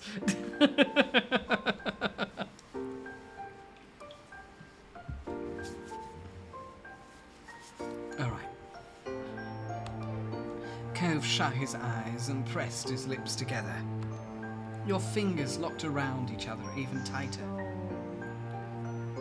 Where'd you want to check? The park. The private playground was empty as ever. Yet the mysterious sound could still be heard, hanging heavy and ominous in the air. But you kept going forward. You couldn't stop when you'd already gone so far. You had to find out what was going on. Cove was practically shaking when he realized it had progressed far enough to reach there. He swallowed hard, but faced you with a determined face. My dad says, good detective work starts at home. He watches a lot of crime shows, so maybe it could be good to look closely. Okay. The two of you swept through every corridor of the park. No monkey bar, swing, or tire went unchecked. The two of you conducted your separate investigations without conversation. If you had found anything that might explain the noise, you would have brought it to the other's attention. At one point, Cove seemed to take an interest in something he'd found in the sand, but he pocketed it without showing you. Even though you'd exhausted all of the possible places to search in the park, the sounds still rang through the air, mocking you. Should we look somewhere else? We could check the beach too. The beach stretched in front of you, nothing in sight along its sand, no matter which way you turned. Part of you would imagine the noise as some creature of the deep washed up on the shore and calling for aid, but that theory had to be taken off the list for now.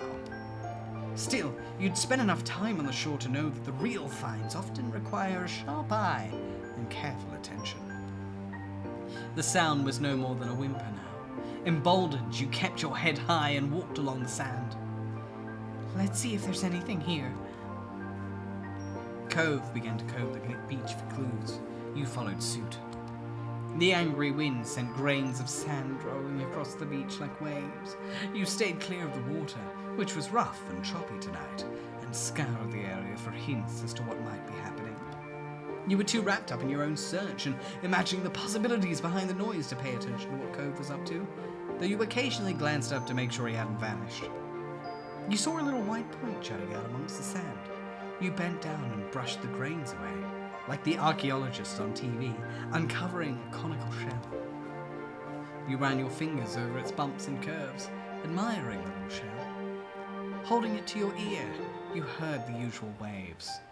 Though your find was undoubtedly special, it was unconnected to the mysterious noise. And that was okay. That meant you can take it home safely and add it to your collection. As you contemplated your options, it occurred to you that you hadn't heard the noise for a while. Cove! I think it's gone! Cove perked up at this. You watched as he listened for the scary sound that had become the background noise of your adventure. You're right. You both stood awkwardly in the now silent night. Without the mysterious call to lead you, there wasn't a reason to stay out here any longer.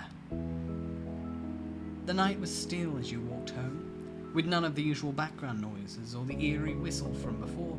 You could hear every step you and Cove made like a cough in a movie theatre. The two of you came to a halt outside your front door. Never before had it looked so ominous. Looks like they haven't called the cops, so I'm probably alright. Do you sneak out a lot?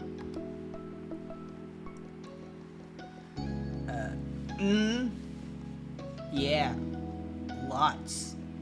You were lying. I do it pretty much every night. That's a lie. No. He chuckled to himself, not at all convinced. What does he know? Are you worried about getting caught? No. No. He was so forthright that you believed him completely. But your dad, would he get mad or sad if he catches you? Well, he's never happy with what I do. Oh.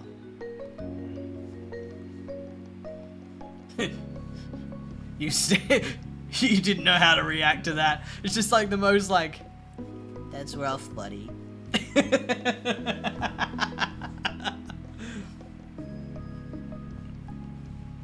Let's go with the bottom one. We're playing a dumbass. You didn't know how to react to that. Yeah, they're like 8-year-olds. Not knowing how to respond, you went back to staring at your front door. Alright, I'm going in. Okay, good night. Good night. You turn the doorknob and as slowly as the clock's minute hand, holding your breath for the telltale click of the lock, then nudged it open. When all that happened was the door opening, rather than the blaring alarms that you'd feared, you melted with relief.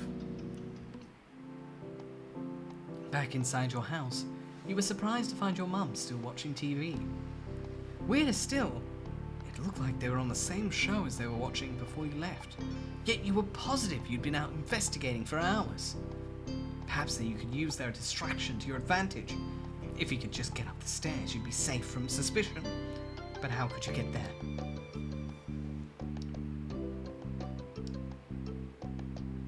You decided to walk in your own house, nonchalantly, because you're cool. And by that I mean I'm very cool. Yeah? Sometimes the best thing you could do was to hide in plain sight. You strode across the room in the direction of the staircase. Either. Your mums knew you were up, but they had no idea why. They abandoned the couch and their show to hurry over. They were still in a state of surprise. You weren't in trouble yet. Are you okay? What are you doing down here, sweetie? Did you have a bad dream? You did not answer. That's the cops coming for this naughty little shit of a kid. Hi, Nosy. Don't worry, we're just 8. Right now we're still picking boogers and going, hello. Their surprise gave way to concern, and the two shared a look. Oh yeah, you get 2 mums in the game. It's awesome, innit? Hi, Mia. Honey. Mum took you by the hand and led you up the stairs. Whew, your hand is cold. Why didn't you come over to us? I was supposed to be in bed. Either, you won't ever be in trouble for coming to us when you're frightened. We'd much rather you come to us than try to solve things all by yourself. Her phrasing made you feel bad. The nervousness ate at you as you were tucked into bed. Your mums assumed that your flushing and insistence on delving under the covers was part of your fear and spoke to you softly until you calmed down enough to peep out from underneath your sheets. Once your mums had left, you turned over the night's adventure in your mind. It was still hard to believe you'd really done it. Oh no! You got double mums, Ace. That's right. We got gay moms, and that's great, innit? It was harder still to believe that you'd gotten away with it. Even now, you half expected to be caught somehow. Perhaps you'd left the door ajar or trailed sand where they'd already swept up. You wondered how 𝐄𝐍's dad had handled his return. 𝐄𝐍 hadn't been all that scared about his dad's reaction. Wriggling down deeper underneath the sheets, your thoughts turned to what the noise could have been. Nothing had been solved tonight, but that wasn't so bad. There are a lot of mysteries in the world. Your thoughts morphed into dreams, carrying you more and more outlandish visions of what might lay behind the strange sounds. The next morning proceeded mostly like usual. Your mums seemed to be giving extra consideration since finding you last night.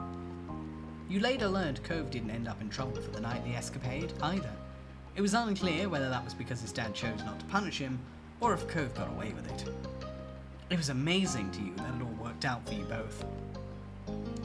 As for the sounds that started it all, the adults were convinced it was nothing more than the wind. For your imaginative mind, that wasn't nearly enough. How could they accept something so simple, so easy? Maybe it'd make more sense when you were grown up, too.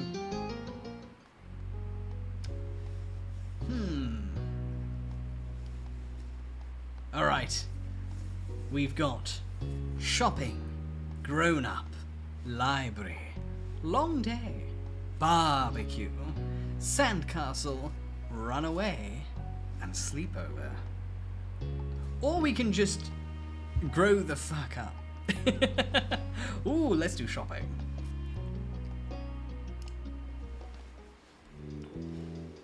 Come back before it gets dark, alright, sport? The familiar voice drifted across the street and drew your attention away from the snail you'd been watching inch slowly across the pavement. 𝐄𝐍 waited in front of his dad, pushing his green hair back off his face from the way the wind was blowing over its glasses. He looked to be paying only a mild amount of attention as he was being handled a few slips of green paper. It reminded you when you'd first met Mr. Holden, although he's probably not paying 𝐄𝐍 to be friends with himself. 𝐄𝐍's dad seemed to feel your gaze somehow, or maybe you'd made a noise because a second later, his eyes were on you and he waved you over with a smile. He looked happy to see you, but you still felt a little weird for getting caught. You've got to learn to be more sneaky. You brushed your hands together to free them from sand, then jogged over to join the two. Good to see you again. What excitement are you up to today, Arthur? Stuff. I found a really cool snail across the road. He was slimy with funny eyes and a nice shell. Mr. Holden grinned at your enthusiasm. After you finished answering the question, Mr. Holden's attention returned to 𝐄𝐍, who was preoccupied with folding the bills he had into a tiny rectangle. Sounds fun. You know, 𝐄𝐍 was about to hit the stores by the beach. Why don't you go with him? You shrugged. 𝐄𝐍 was in the process of making a similar motion. You didn't have anything to do, and you hadn't been to the stores in a few days. Maybe there was something new to look at. Maybe. Is that okay? Yes. I was going by myself, but I guess it is. You don't have to. Great! I'm sure you guys will have loads of fun. Mr. Holden reached into his pocket and pulled out a leather wallet filled with money. You found it odd, since your mums only ever seemed to have cards in theirs. Here! He leaned in to pass a crisp tenner to 𝐄𝐍, giving him a wink and a whisper. Get something for your friend, too. Sure. That's my boy. 𝐄𝐍's dad ruffled his son's hair as he was straightening back up, the bill in his hand still held out towards the green-haired boy. Take care. 𝐄𝐍 accepted the bill after a second and slipped it into his pocket. Then with one last nod to his dad, he turned and started walking. You followed after him, intrigued at the possibilities this outing might bring. 𝐄𝐍 strayed towards the gentle tide creeping up the sand, and you fell into place beside him. It was a nice day. The sun was shining, and there weren't many clouds in the sky, though the wind coming off the ocean kept it from being a bit too hot. You took in a deep breath, enjoying the scent of salt and ocean air. When you looked at 𝐄𝐍, he was dragging his feet through the sand a little, and you slowed down to wait for him. His eyes searched the ground intently. Are you looking for shells? 𝐄𝐍 startled a little at the sound of your voice and mumbled a Sort of. If you see any, can you let me know? You could manage that. You dropped your view to the sand, walking carefully so you didn't step on any. You were good at finding shells. You had a lot of them at home and always found new ones whenever you visited the beach. The accompanying sound of the waves filled the silence with pleasant white noise, and you played a little game with yourself as you walked along, getting as close to the water as possible without getting wet. It resulted in you having to run up the sand quickly when a wave rushed in more than a few times, and although 𝐄𝐍 threw a few glances your way, he didn't say a word. So, what did you want to go to the shops for? I need a new sand pail. Yeah? What happened to your old one? 𝐄𝐍 narrowed his eyes, seeming to think deeply for a second. It disappeared. What? Really? 𝐄𝐍 ducked his head down, lacing his fingers behind his back. It didn't seem like he was going to continue, so you nudged his arm. How did that happen? Well, 𝐄𝐍 opened his mouth again, then shut it again, considering. I took it to the beach one day. Uh-huh. when I got home, it wasn't anywhere. You left it there? No, wasn't at the beach when I went back. Then you lost it. It disappeared. What about you? What do you do out here? I like to build sand castles. Last summer, Lizzie and I built one that was as tall as me, and sometimes they have sandcastle building competitions down by the boardwalk. Cool. I bet you could win. You smiled at 𝐄𝐍𝐕. Maybe the two of you would build one together one day. Once you reached the shopping area, the noise level grew exponentially. No longer just waves and footsteps, but the chatter of people enjoying the lovely summer day, the call of birds trying to find bits of food left behind, and lots of salespeople trying to get attention. You sniffed the air as you walked beside 𝐄𝐍𝐕. You could still smell the ocean, and there were other scents now too. Pizza, pretzels, hot donuts. It was not very nice!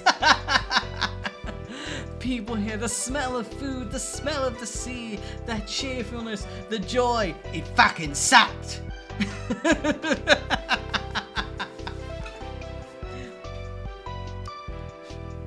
It was alright, because we're cool and we can't say it's nice, because having emotions is not very cool. It was alright. There was a lot going on, but it beat staying at home and doing nothing all day. You were sure that you and 𝐄𝐍𝐕 could find something to fill the day if you looked around for a bit. 𝐄𝐍𝐕 was glancing from one side of the street to the other with a look in his aquamarine eyes that you couldn't quite work out. What's that? 𝐄𝐍𝐕 pointed to a large crowd of people gathered near a few tables, with large colourful umbrellas blooming from their middles. Wow. At least I'm not licking the microphone and committing ASMR crimes. Eh? Come on, that's like... You couldn't see past the adults who were blocking the way, but you knew there must be something worth seeing. Without another word, the two of you hurried over to see what all the commotion was about. Feast your eyes on the amazing Alexander! In the center of the crowd was a man with a tall hat and a funny green coat that had 3 long tails. There was a little table next to him with a cloth hanging over it that read, "The Amazing Alexander," in glittery golden script. Why tell people his name if it's already on a sign? 𝐄𝐍𝐕 hummed with understanding, then turned to walk away just as the Amazing Alexander began shuffling a deck of cards. I want to see the show. 𝐄𝐍𝐕 glanced back at the man, then briefly lifted his arm off of his sides before returning them into place. Okay. He may not be impressed, but at least he didn't ditch you. You grinned, waving for him to follow you as you raced back to the stand in the crowd. With that, it began. The magic man pulled out 1 card of the deck, showing it to the curious onlookers. It was a 4 of diamonds. Watch closely. You did, squeezing through a few of the adult onlookers to get a better view. Suddenly, the man snapped his fingers, and the card just disappeared. Whoa! The Amazing Alexander, who had earned his title, turned his head and looked directly at you. He reached out with a kind smile. What's this behind your ear? Tell me!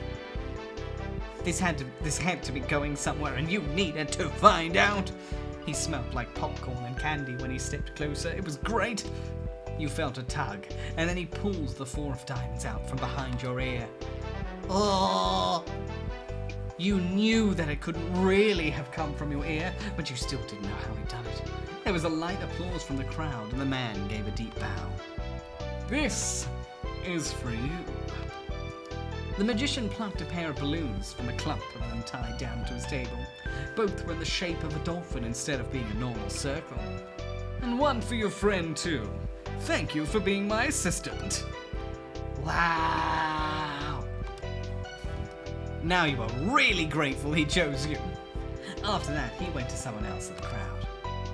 Pick a card, any card.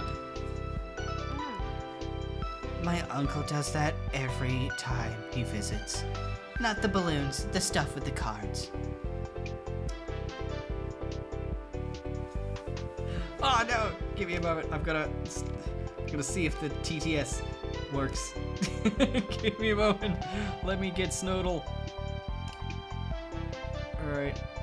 Please work. Please. Dear God, please work.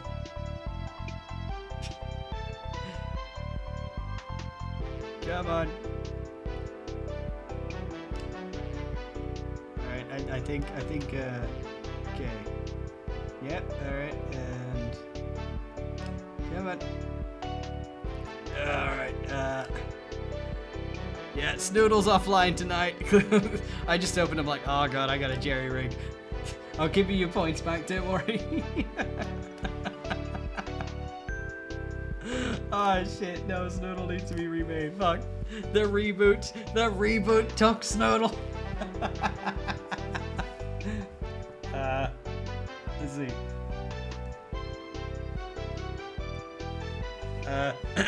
This is what Snoodle thinks.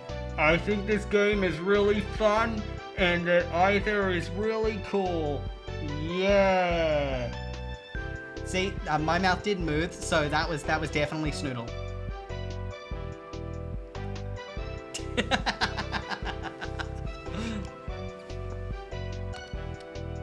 𝐄𝐍𝐕𝐓 spoke plainly while reaching over to take the dolphin that had been designated for him.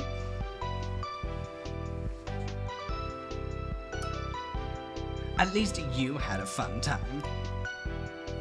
You saw a magic trick and you got a great balloon.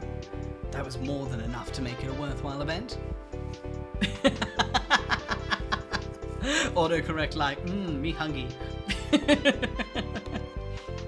You thought that if you could find a card to practice with, maybe you could make it disappear too. The crowd started to clear some, and you noticed to the side there was a whole rack of brightly coloured kaleidoscopes on display. You pick up a magic 8-ball. I don't know what you're talking about, Nova. How dare you spread these lies? Oh, 𝐄𝐍𝐕, check this out! You shifted your balloon string to the other hand so you could hold it up in front of you. Then you thought of a question in your mind, shaking the ball and hearing some kind of liquid slosh around inside it. Once you had given it a good shake, you held it upright, waiting for the answer to appear. Concentrate and ask again. You wrinkled your nose and set the magic 8-ball back down on the rack. It wasn't the answer you were hoping for. You followed 𝐄𝐍𝐕 around to the other side of the store. He went under the awning, careful of his own floating dolphin, and you joined him. Did you have any places like this in your old town? 𝐄𝐍𝐕 blinked at you for a moment, and you wondered if you shouldn't have asked. You knew how much he missed that place. Not really. You nodded in understanding, looking over at the stalls nearby. While 𝐄𝐍𝐕 looked at the sand pails, you were drawn to a table with colourful keychains laid out on it. They were sewn in the shape of small sea creatures, and there was a plaque that read, "Handmade," standing proudly in front. There were a lot of different types. You saw a dolphin, a shark, a crab, a turtle. You picked up the shark, because sharks are cool. Your hand stopped on the shark, a devious smirk filled with sharp teeth on its face. Oh, you're fine, you're fine. You weren't supposed to go near sharks in real life, but there was something about this shark that you liked, and the fabric on its back was soft when you picked it up. You were instantly enamored.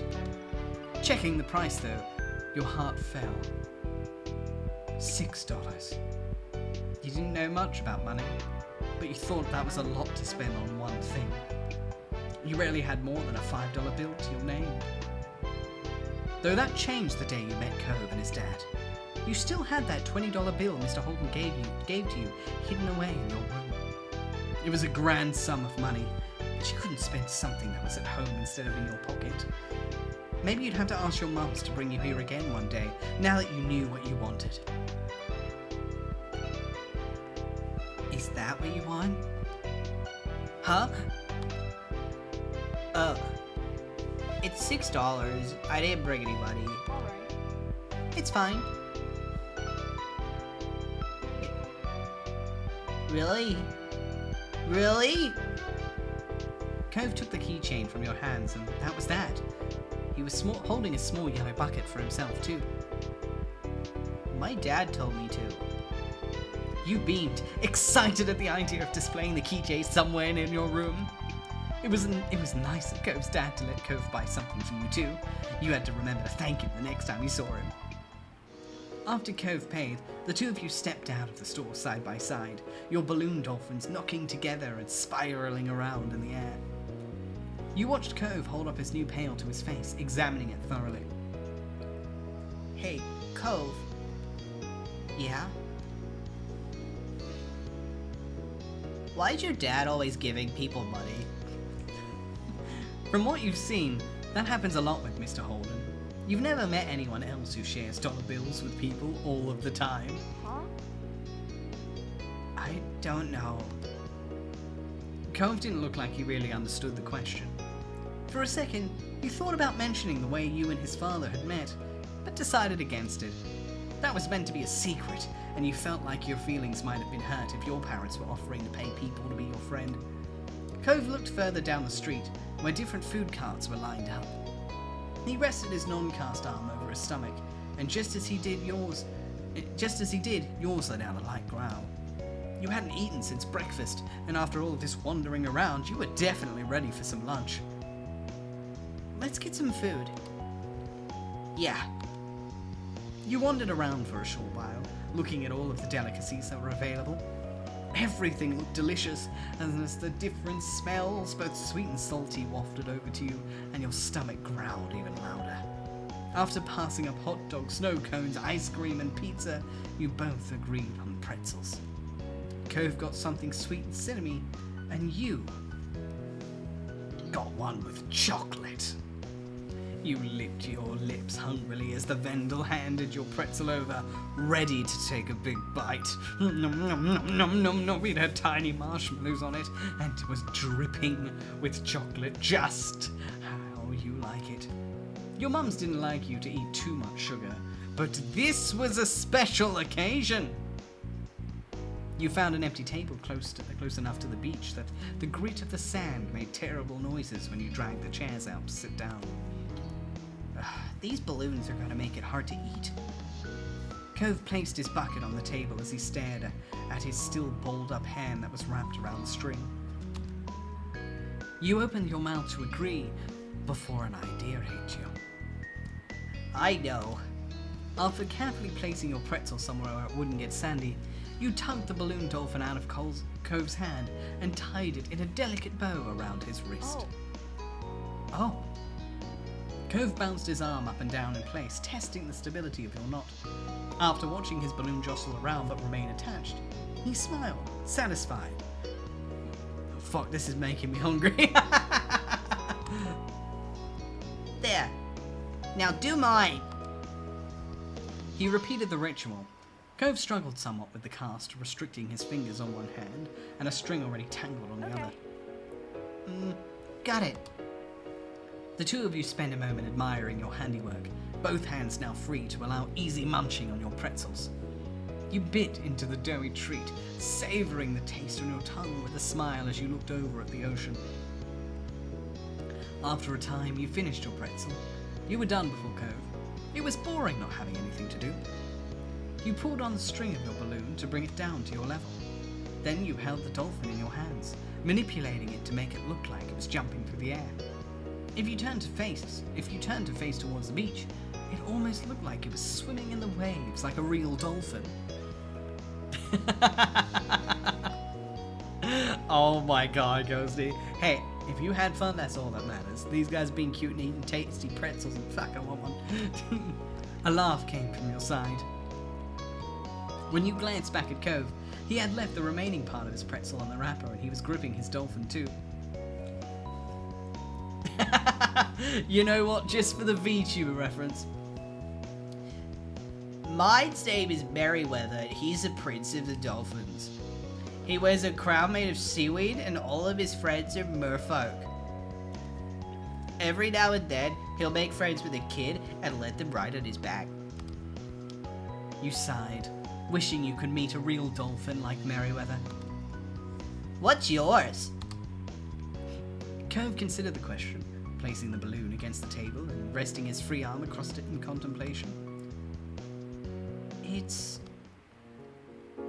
With a loud pop, the dolphin exploded into ribbons.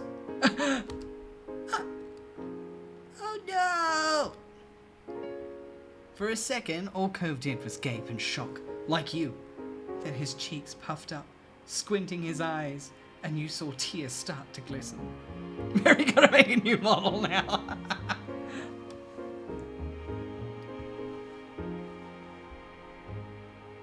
You made a joke. Ha ha.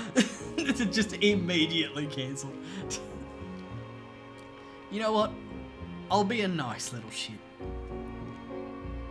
You offered to give 𝐄𝐍 your balloon. You can have my balloon instead, if you want it. 𝐄𝐍 looked over at you, frowning. I don't want yours. Oh. You felt bad for 𝐄𝐍, but were secretly glad. You really liked the little dolphin and you weren't too eager to give it up. 𝐄𝐍 spent the rest of the outing sniffling and didn't say much else. The passing of 𝐄𝐍's balloon was the last major event of your adventure. And in the end, the two of you headed back late that afternoon. You separated on the beach, and while 𝐄𝐍 went straight home with his brand new sand pail in hand, you decided to sit for a while. You watched the waves and the sunset, fiddling with your new keychain. Another summer day was drawing to a close. It had been nice for the most part. Hopefully there wouldn't be any tears next time. Oh, that was cute. That was cute. Alright, we've got... Oh, barbecue? Let's do the barbecue. Who's ready for a budding snack? You've been brought along to the big park today, which did an excellent job of living up to its title. The park near your house, with its lonely playground equipment, wasn't even a quarter of the size of the expanse of grass and trees that lay before you now. As it was in the next town over and too far for you to walk to by yourself, you didn't get to visit it much, so you soaked up the environment. Another difference between this park and the one in your neighborhood was that this one had visitors other than you, Lizzie, 𝐶harlow, and 𝐄𝐍. Oh, we can do sleepover next. Today it was the busiest you'd ever seen it, thanks to a community get-together luring people in from all over the local area with the promise of barbecue and fireworks. Your family and 𝐄𝐍's were just two of many. What seemed like dozens of cars were parked up already when you arrived. You saw 𝐄𝐍 hesitate as he took in the growing gaggle of strangers.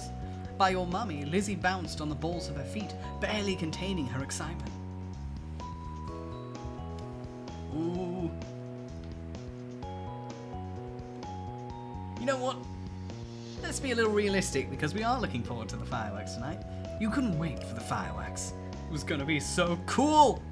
Mummy had told you that the people running the community event weren't charging for it, but she wanted to get them something in return. Which is why you'd not been allowed to touch the beautifully iced cupcakes she was carrying on her lap during the drive over. It was a special treat for them. Every time the car made a turn, she'd clutch the box tight enough for her knuckles to strain, much to everyone else's amusement. Mr. Holden's contribution to the party, a huge pack of juice boxes, was tucked under his arm after being retrieved from the car's trunk. I know, right, Ghosty? It's like, Shiloh's like, oh, it's annoying little shit, but like, the deeper you get in it, the more it's like, oh, you're being neglected. Oh, that's not good. Poor kid. Hi, lasty. Welcome to the land of the living, darling. You'd bet there'd been no such dramatics around that cargo getting here in one piece, but the boxes did lack the beautiful shimmer of Mummy's treasured cupcakes. Okie dokie, everyone all set? Should be. 𝐄𝐍, did you put sunscreen on before we left? Yeah, I always do. You don't have to tell me. Mr. Holden deflated, his attempt at caring for his son rebuffed, but he triumphed with a smile. I'll have you know I didn't murk the dolphin. Cove did. Good kid. Good kid. I don't want you getting burned or dehydrated either. It'll be a busy day. Don't think there's gonna be any risk on that second part. Mum nodded at the tables up ahead, laden with all kinds of food and drink. She was right, there was plenty to go around. The parents headed over with you, Lizzie, and Cove trailing after them. A bunch of grown-ups were clustered around there, chatting, but you were more intrigued by what was on the tables. Some of it was familiar, chilled meat, sliced vegetables, big bags of chips, but there was a lot that you didn't recognize. Your mums had said that you weren't to touch the food until they said it was time to eat. But you didn't see the harm in taking just a little. If you could nab something and pop it in your mouth without anyone noticing, no one could be upset. You choose to grab a whole sausage. A cocktail sausage. You put the whole thing in your mouth and chewed as surreptitiously as you could manage. Cove definitely caught what you were up to, but luckily he seemed to think it was funny and only smirked quietly. You saw that Mummy and Mr. Holden had deposited the food and drink they brought. Mummy gave the cupcakes one final worried look before turning to you with a smile. Gotcha. If you think about it, if you want to know what kind of character I am envisioning for the main character, it's very specific, but you know that Tom Cardy song about the little kid with their Tonka truck? That's the kid who I'm envisioning as the MC.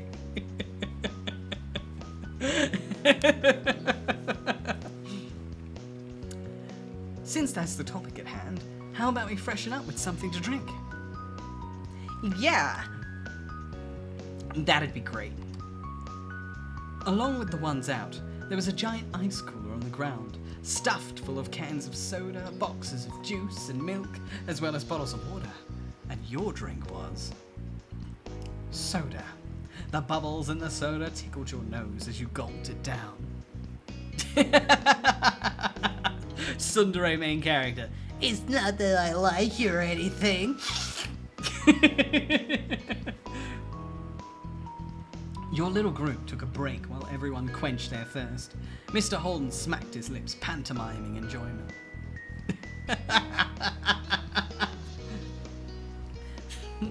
What can I say? Me scoffing a full sausage is foreshadowing. If you get that joke, I'm sorry. That hit the spot. But you kids should go have fun. You can take your stuff with you and go join the other kids playing games. Just don't go too far from the tables. We'll be keeping an eye out, so don't think about sneaking off. We're not going to the other parts of the park today.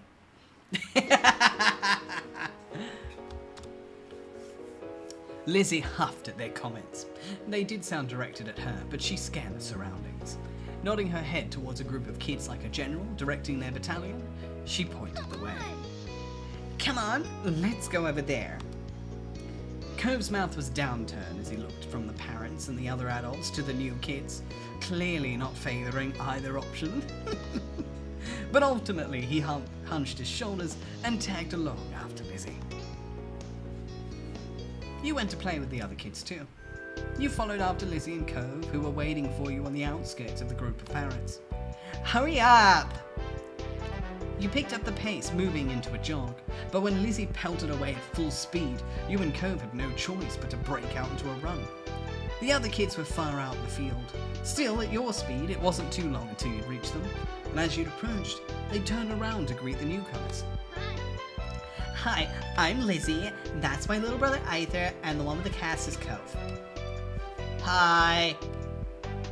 Cove simply lifted a hand in greeting. There was a chorus of hellos and names from the other kids. One of the kids looked to be about Lizzie's age or older. A couple seemed to be the same age as you and Cove, and there was one tiny little thing with his arms folded over his chest. What are you up to? The first kid, a boy with curly black hair and neon green sneakers who'd introduced himself as Hayden, shrugged as he looked at the others. Not much. The second kid to pipe up, Lisa, had half her face obscured behind the huge glasses she wore. We haven't decided yet. She glanced wistfully over her shoulder. Following her gaze, you saw the spray of water first, and heard the shriek as someone got splashed in the face before you spotted this person shooting them. Some people are playing with water guns, but there aren't any left. The smallest kid, Noah, grumbled at that. You guessed that was why he was sulking. Spencer, who hadn't said much, patted his shoulder. So that's out. A new kid raced over. With a glint in her eyes and her braids streaming behind her, you spotted the plastic orange pistol in her hand too late, when the trigger had already been pressed. Ugh! Rude! Hey! Lizzie, who'd been caught first, was fuming. Cove wiped the water from his face. You rubbed at your ear, trying to dislodge the water that had pooled there. You pushed her away. Without a water pistol, your only option was to get her away with your hands. The girl staggered backwards, face twisted in indignation. Are you crazy? What's wrong with you?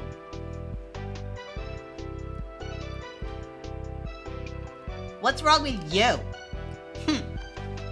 The girl simply darted off to find more victims, unaffected by your reaction. She doesn't mean anything by it. Lizzie tutted, flicking her hair out of her face. The girl not meaning anything by it didn't change the fact that she'd been sprayed. Cove looked similarly unimpressed. Lisa's face lit up as she had an idea. Hey, we should catch her. She won't be able to spray people if she's running away from everyone. Yeah! Cove nodded as the other kids murmured their interest, or lack of it, in the game.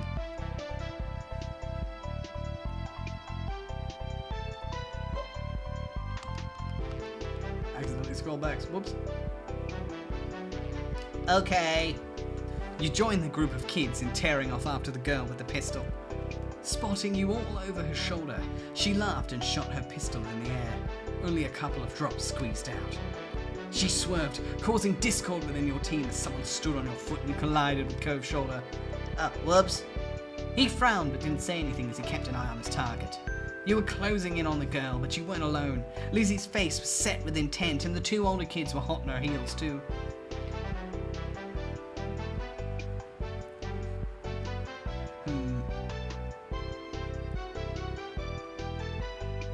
You weren't as fast as them because they were speedy. But you pushed yourself, willing your legs to move just that bit faster. You were close, but not close enough. Lisa lunged and tackled her friend to the ground. Got her! Panting, she punched the air in triumph, then pushed her glasses back up the bridge of her nose. The girl had been caught giggled as she got to her feet, brushing strands of grass from her knees. Smiling, Cove came to a stop at your side. Lizzie whooped with delight, clapping her hands, and the boy with the bright sneakers grinned. You're it now, catch us if you can. Yeah. I'll do it. You won't get away from me. With that, you all dispersed, squealing and laughing as you tried to evade capture. The sour mood from earlier had evaporated entirely, replaced by a light and playful atmosphere. Several rounds later, when most of the folks had taken at least one turn as it, the scent of smoke wafted up to your nose. Caught by surprise, you looked up and found that the brilliant blue of the sky had turned orange as the sun sunk down on the horizon. With all that excitement, you'd lost track of time completely. Looking over, you saw people standing over the grills and poking them to life. It was nearly time to eat. We should get over there. I am so hungry. Our parents are at different spots. Yeah. Bye. It was cool playing. Yep. Bye. See you. You waved goodbye to the other group of kids before hurrying over to your parents with Lizzie and Cove. A tickle unfurled in your throat, growing more persistent as you came closer to the source of the smoke. As the three of you approached to the tables, the parents spotted you and came to join you halfway. You tried to greet them, but another cough obstructed your words. Oh, that's quite a cough. Are you all right, sweetie? No. No. Oh, baby, I'm sorry. The smoke will be gone soon. No one needs to go to the grills if they don't want to. Just let me know what you need. There was no response from the other two kids here. I can get it myself, Mommy. Alright, but tell me if it gets too much for you. So, The main thing being served is kebabs. You can have whatever you'd like on it, but there's different meats and veggies. As you approached, you found the vast array of bits and pieces ready to be skewered and served up. You chose beef, chicken, potatoes, and onions. And that's everything. Sounds good to me. The veggies will be good for you. Order given, you waited for your food to be ready. Lizzie headed towards you, having issued her own request. Hi again. I heard what you ordered. I'm getting a chicken kebab with all 3 colors of peppers. Noticing that 𝐄𝐍𝐕𝐓 approached, she turned to him. What are you having? why? Why does it matter? I don't know. I was just asking. I'm getting beef and shrimp with all the veggies except for onions. Lizzie hummed while evaluating his response. That's okay, I guess, but chicken is definitely the better one. Then you can eat all the chicken. I'm going to. I want some of the chicken too. Oh yeah, I can let you have some still. You're welcome. Lizzie peered over to the grills where the kebabs were being handed out. A growing assortment of kebabs collected in your parrot's hands. They're coming over. Don't get jealous of mine when you realize you made the wrong choice, 𝐄𝐍𝐕. I didn't make the wrong choice. Same to you, Lizzie. She simply stuck her tongue out in retort. The person serving gave your mummy one final kebab, then your parents moved over to rejoin you. Between them, they were carrying 6 kebabs, one for each of you, including 𝐄𝐍𝐕 and Mr. Holden. We've got the goods! 𝐄𝐍𝐕's daddy is looking for a place we can sit. In the meantime, they began passing out the kebabs to their rightful owners. Lizzie smiled smugly as she received hers. These are pretty big, so be careful not to drop it. And try not to poke yourselves with the ends either. They're sharper than you might think. Hearing that, you tentatively pushed the tip of the skewer against your finger. It felt like the point of a newly sharpened pencil. Though it didn't hurt your hand, you wouldn't want it scraping the roof of your mouth or jabbing your tongue. Mummy clicked her tongue. It would have been nice if the options were a little easier to manage and less messy to eat, especially for smaller kids. There aren't even any plates for everyone, so we could set the food down for a second. Well, that's what you get for the price of free. But we can hack it, right? Lizzie nodded her head vigorously, clutching her kebab like a trophy. Your parents led you back to the tables. It was immediately evident why Mr. Holden had been sent to scout one out. The benches had quickly filled up as people got their food. Mr. Holden was standing over a corner section near the edges of the sitting area. He beckoned your group over to join him. You clambered onto the bench, taking care not to let your kebab slip from your fingers. Further along the table, 𝐄𝐍𝐕 perched next to his dad, while Lizzie took the space next to you. Your mum passed the final unclaimed kebab to Mr. Holden. Thank you. Thanks, this looks delicious. Thank you. For getting us a space out here. Everyone tucked into their food. You gobbled it up eagerly, only partially obstructed by the awkwardness of eating from a skewer. Running around with the other kids had helped you work up an appetite. Oh, you're not wrong, Ace, honestly. I am craving sausages and babs so much right now. Mr. Holden, what do you do? Well, I do a lot of things. Do you play golf? Only if you count mini golf. One look at Lizzie's stricken face confirmed that she did not. She can enjoy the occasional round at a mini golf place, especially if she had an audience to impress, but your sister took her passion very seriously. Oh, even then, it's been years since I gave it a shot. 𝐄𝐍𝐕 groaned at the feeble pun. Mum chuckled. You weren't sure if she was responding to the joke, Cove's annoyance, or Lizzie's offense. Don't worry about it. Just as well, she'll be dragging you to the green every week. That's because I've got dedication. You need a good drive or two to get far. Mr. Holden nodded, clicking his tongue in appreciation. Cove looked from his father to you, to your sister, lost in the conversation. Oh, outcast in golf and wit. I don't get it. I wouldn't get it either if I didn't live with her. I have to hear this stuff all the time.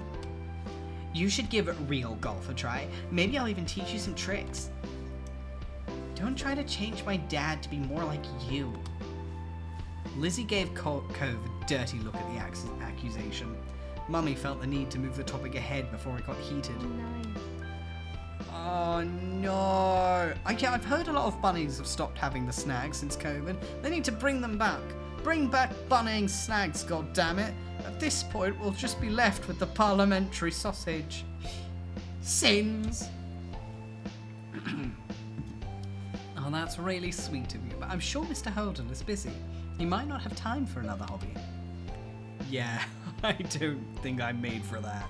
Still, the offer is appreciated. Why? Then sell me something you really do already. You just go away every day. I like scuba diving, though with the business, that's more work than pay these days. Surfing and reading, snorkeling.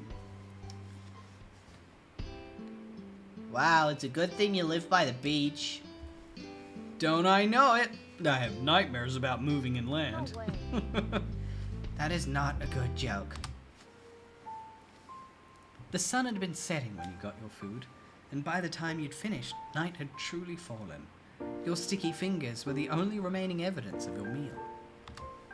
The kebab had been a great combination, more than the sum of its parts. The seasoning of freedom to choose every ingredient yourself was what made it something to remember. Rising from the table, Mummy held up her water bottle. Okay, now that the food is gone, you've got to go wash your hands. Arthur, Lizzie, please hold them out. Lizzie complied, coming over and cupping her hands together in front of her. Mummy splashed some waters over her fingers and Lizzie rubbed them together, working off any residue. Here. Mum passed her a paper towel from her purse and Lizzie used it to dry off her hands. Your turn, Arthur. You didn't move. Hands, Arthur. You can't go around with food covering you. Feeling the weight of both of your mum's eyes on you, you reluctantly held out your hands and washed them. Nearby, Cove had taken his own course of action, wiping his hands on his pants and leaving a stain where his fingers had been. Mr. Holden shook his head. Come on, let's clean that off, pal. He scrubbed at the fabric with a scrunched up napkin. Dad, it's not that bad. When everyone was cleaned up, or as clean as they could be with the limited facilities, Mum spoke up. Let's go. Let's go make one check at the coolers and restock on drinks before the fireworks show. No time! We have to get a good spot. Everyone's gonna be taken. How about I go ahead and save space again? You can meet up with me in the field after getting the drinks. Then I'm going with Cove's dad. I will find the perfect place. Okay. Sure thing. I could use an extra pair of eyes. Mummy shook her head ruefully at Lizzie's even more enthusiastic than usual attitude. All right, me, Cliff, and Lizzie can go find a place to sit. Pam, Cove, and Arthur, do you want to go get the drinks? Okay.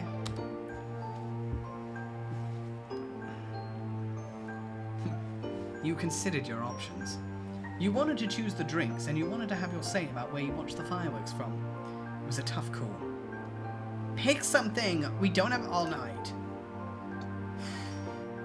Okay, I'll get all the stuff we need. As Mummy, Lizzie, and Mr. Holden headed off to the wide open field where the fireworks were being set up, you joined Cove and Mum in returning to the cooler where you picked up the drinks earlier. Even as you approached, you suspected you wouldn't find much in it. Where it had originally been stoked to the brim, it was now half empty. The ice, which had cushioned the drinks and kept them cool, was largely melted with only a handful of pieces floating like tiny icebergs. Slim pickings. The drinks that had remained looked to be bottles of plain water, but you caught a glimpse of something more colourful in amongst them. Mum rummaged around in the cooler, excavating a couple of juice boxes from the bottom in the process. Aha! Arthur, Cove, you can take one of those if you want. The perks of helping. You took a juice box for yourself. Cove hesitated, but decided to take a juice box for himself. When you were each loaded up with your chosen drink, plus an extra bottle or two for someone else in the group, Mum's phone started to ring. She juggled the water bottles over into the crook of her arms and looked at the caller. Ah, it's Mummy. Hold on tight while I get this. How are you? Hey, hon. How's it going? Did you find our perfect spot already? She nodded along to the call, punctuated by ahas, as Mummy gave her directions. Catching her eye, she gestured towards the grassy area. We've got a place. Come on, we better hurry before the show starts. You and Cove jogged after your mum, who led you through the fields and separate groups of people assembled there, back to the rest of your families. Hello, we're here. And we come bearing drinks, though there wasn't much left. The three of you handed over the spare drinks. You gave Lizzie a bottle of water, but she only had eyes for your juice box. Arthur and Cove have juice. They helped get the drinks. You got to pick where we sat. Don't be selfish. I'm not. Good. Then you're going to thank us for bringing you your very own water bottle. Thanks. Once everyone had been equipped with a beverage for the big event, you sat on the grass near your family and waited for the magic to begin. Most people in the park had taken a seat by now, with a few stragglers silhouetted back at the tables in the distance.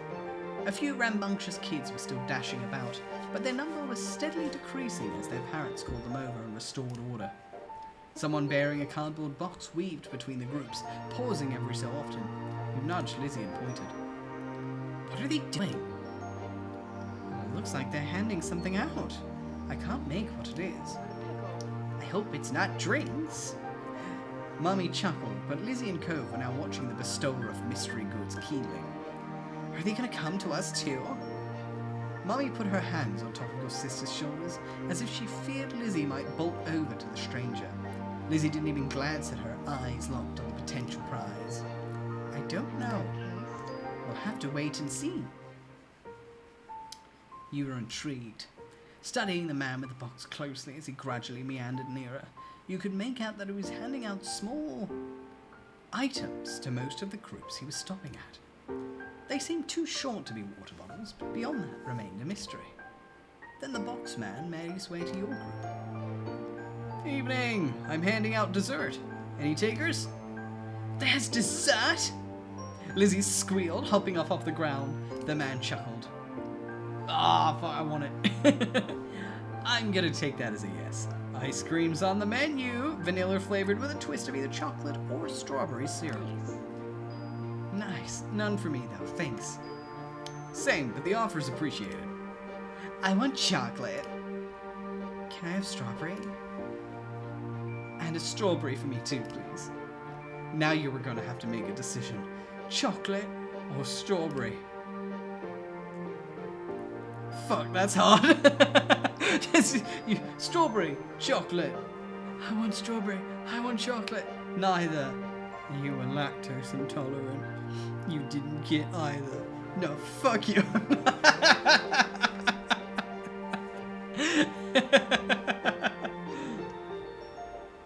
Oh, that's hard. Chocolate and strawberry are both delicious. You know what? I went for the chalky croissant, so I'm going for strawberry.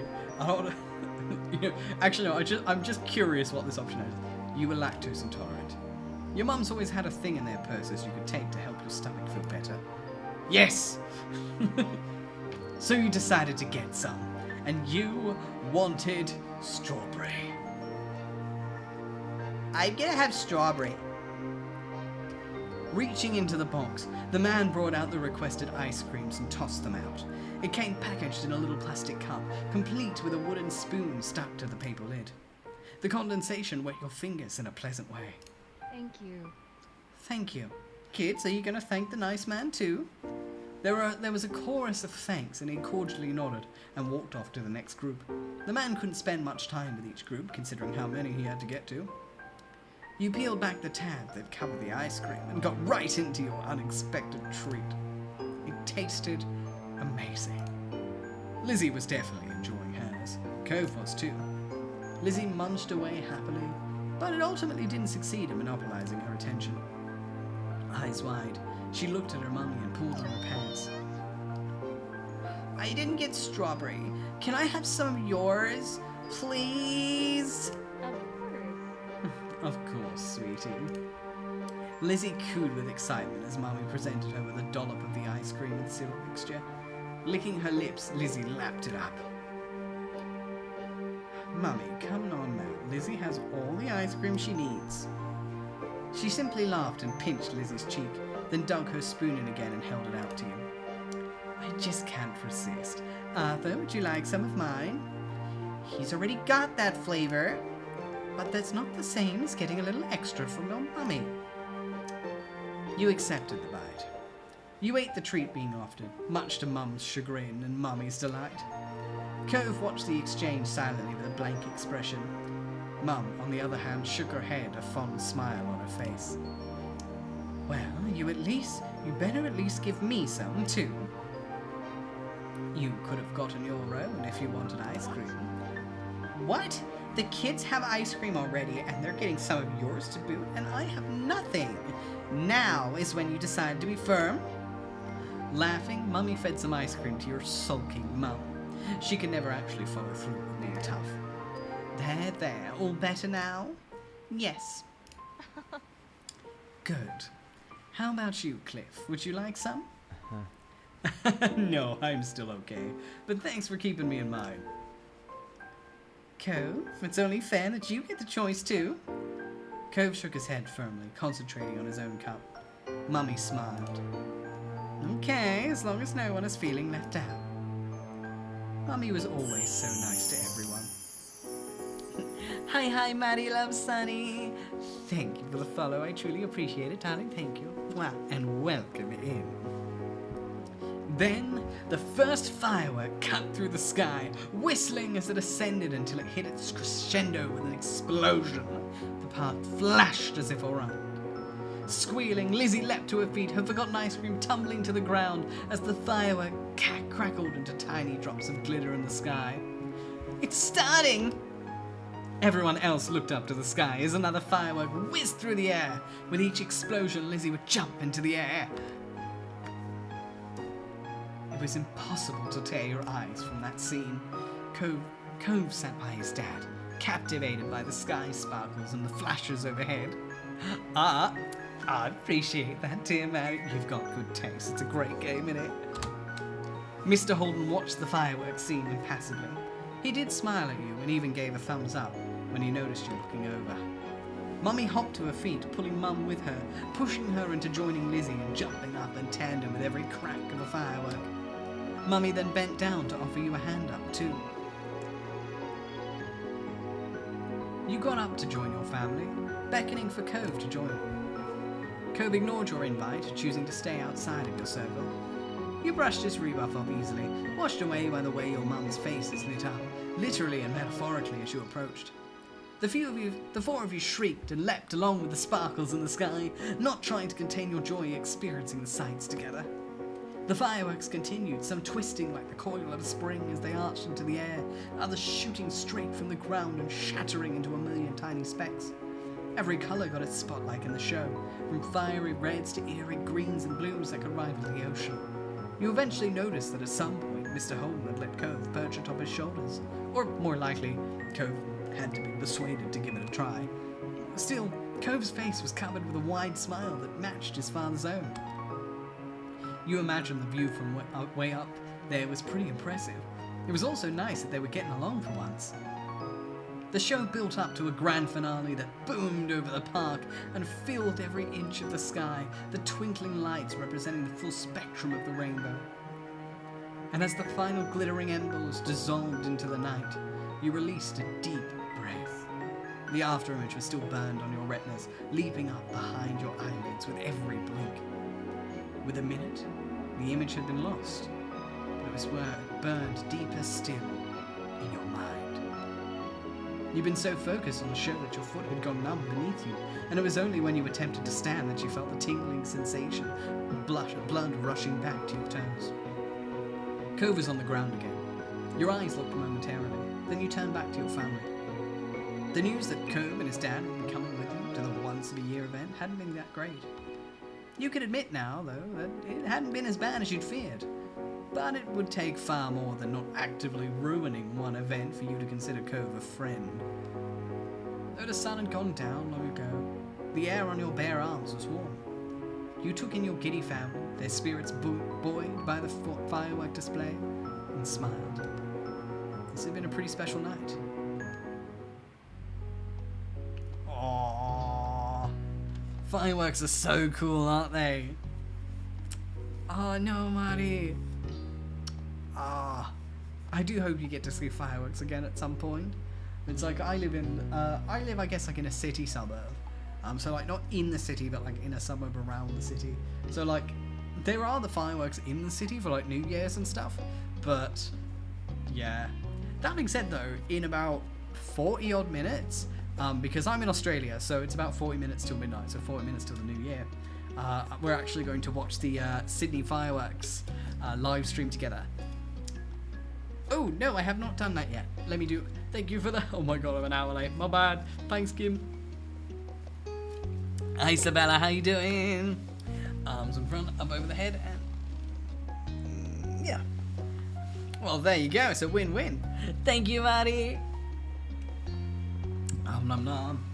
I can't remember the last time that I actually saw fireworks in person. It's like, I've you know, obviously seen them online a few times, but yeah, like... yeah, it's been a long time since I've actually seen fireworks. I mean, heard them is a different story, but like, yeah, I can't remember the last time I've actually seen fireworks. Huh. Should probably get off my arse and do that at some point. Oh, the Touchstar demo is good. That was fun. That was a fun stream. I had fun doing that one. I do look forward to when that comes out proper. Oh yes, thank you for the save. Yes, I'm sure. Alright. Okie dokie.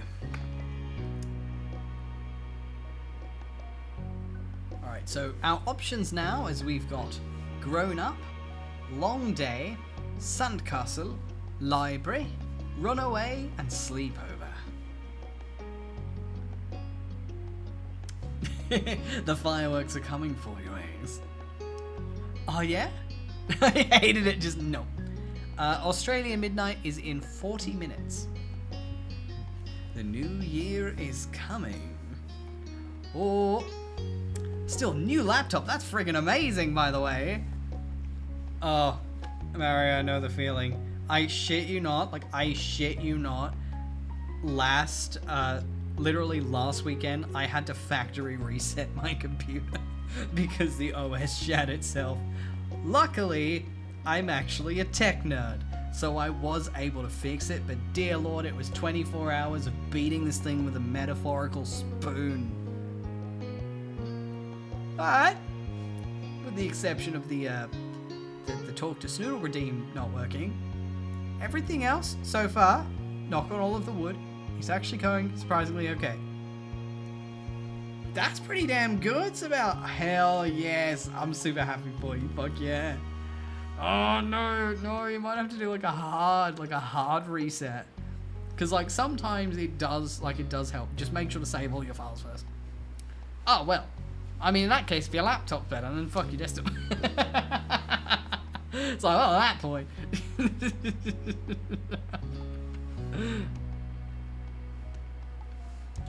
Alright. It's just endless Beppa's rain. It was a sign that it was Beppa's time.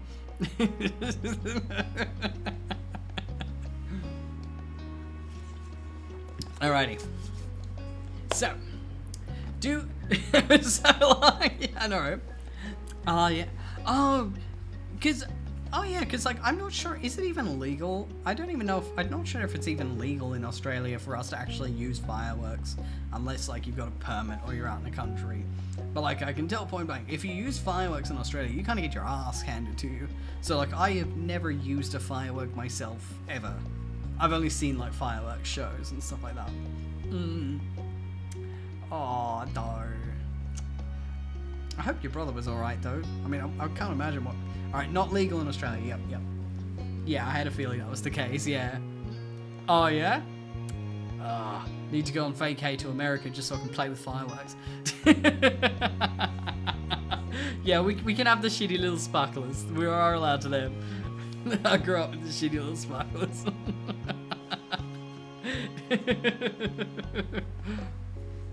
Alrighty. Alright, so we've got 6 options left. Do we want to do another cute childhood scene? Or is it time to grow the fuck up? Because we can technically move on at any point. Because these are all like the extra little snippets. But yeah, let's actually make it a poll. Alright, Pearl. Alright, more moments?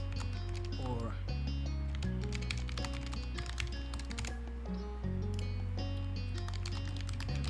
alright, so... Okay, so... Moments is what these are called. So, like, these are... Each little scene is a, quote-unquote, a moment. Alright, start poll. So, more moments, so we'll do more little screens, or... Growing up. So the summer ends, and we end... And what I'm assuming is we... tie off the chapter of 8-year-olds and we begin entering the next stage in life. Oh yeah? Damn, I would assume you need I'd assume you need a good PC for that. Yeah. I mean, the bright side with saves is we can always come back. Like, that's the best one. We can always come back.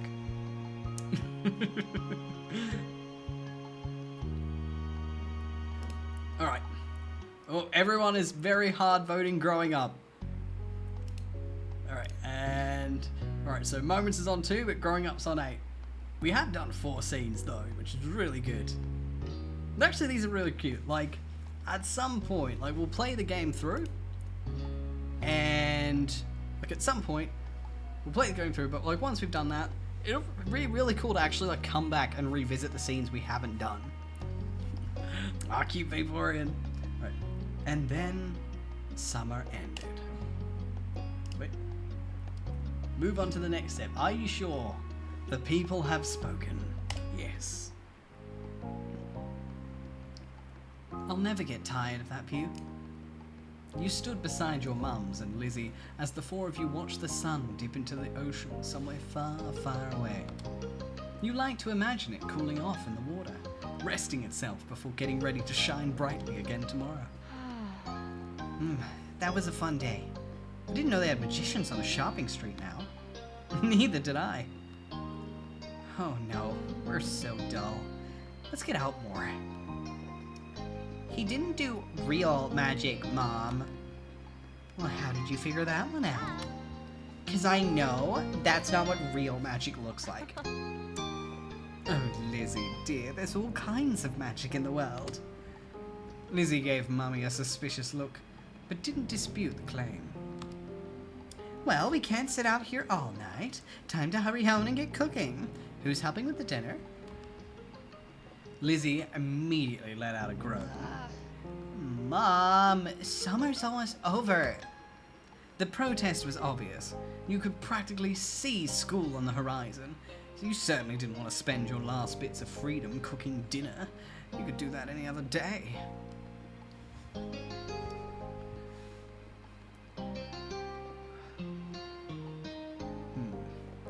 You put on your best puppy dog eyes. Oh, don't look at me like that.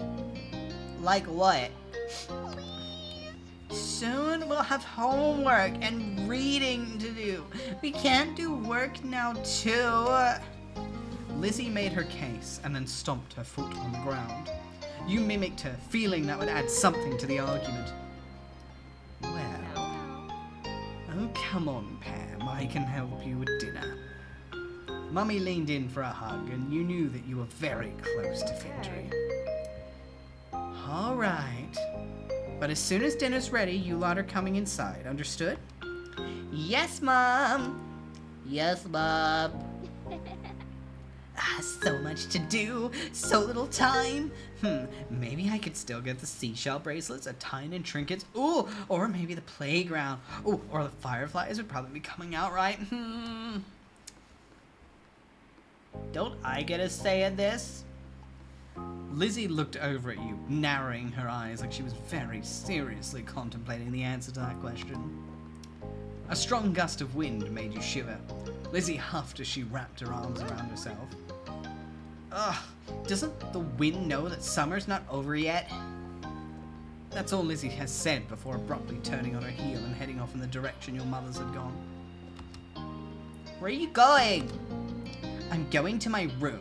I have lots to plan if I want to make the most of tomorrow. You thought this over, looking off towards the water again. Lizzie didn't wait, and before long she was disappearing off down the road. You stayed outside. You watched Lizzie run off, twisting your lips as you considered what to do. In the end, the pretty sky and the soothing sound of the waves won out. You strayed off the path, grinning at the feeling of sand quickly filling the empty space in your flip-flops. That was fun for a while, but you grew bored eventually. I mean, how else could you enjoy the remainder of your time with the beast? You drew in the wet sand. You looked around until you found a sturdy twig and made your way to the shoreline. And there you doodled and wrote a few words. It was a race against the waves, which would roll in to erase your hard work. It was a great evening, but soon enough you had your fill and were ready to join the rest of your family back home. Not too much farther down, you spotted a familiar green head of hair moseying along the shore. You went to see what 𝐄𝐕𝐓 was up to. Curious, you strode off your path and walked over to him. 𝐄𝐕𝐓 knelt down, pecking something up you quickly identified as a smooth rock. He reared his arm back, then tossed it out into the water.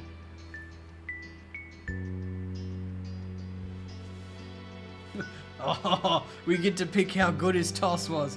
Okay, so he said the best toss ever? Pretty decent. You know, not a long throw, but it's fine. Or shit toss. Kinda want to go with a shit toss.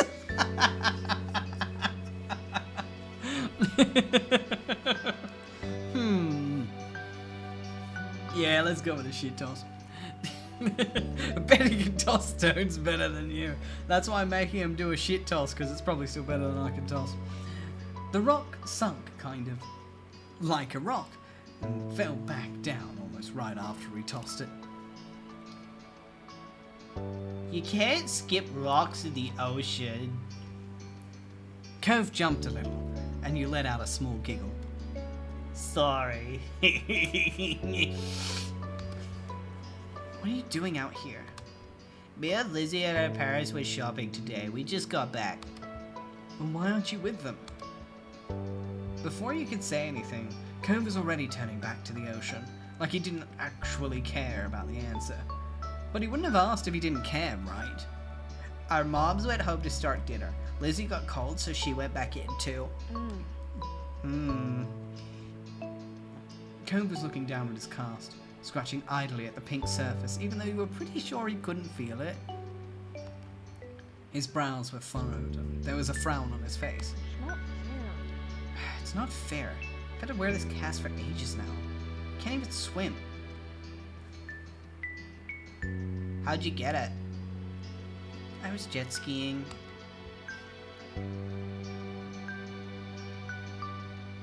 Really? 𝐄𝐕𝐓 narrowed his eyes a little. Yeah, why would I lie? I don't know. To sound cool, maybe? He then continued to explain. I crashed. He gestured to his arm as if to say, and this was the result. It's hard to believe you're allowed to jet ski. Wow. Well, I'm not. Oh. Cove let out a huff, plopping down into the sand. I can't believe summer's almost over. You sat down next to him and nodded in agreement, regardless of the sudden topic change.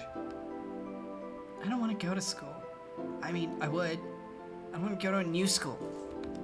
I think it'll be the same school as you and Lizzie. My dad said something about that. So why don't you want to go? It's nice as far as schools go. You'd only ever been to the one school, but you were sure that his old school couldn't have been that much better. Then again, he did have to make new friends and meet new teachers. It could be kind of scary.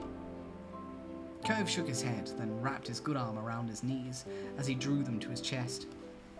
You heard a sniffling sound, and when you took a good look at his face, you realized that his eyes were wet. I go home.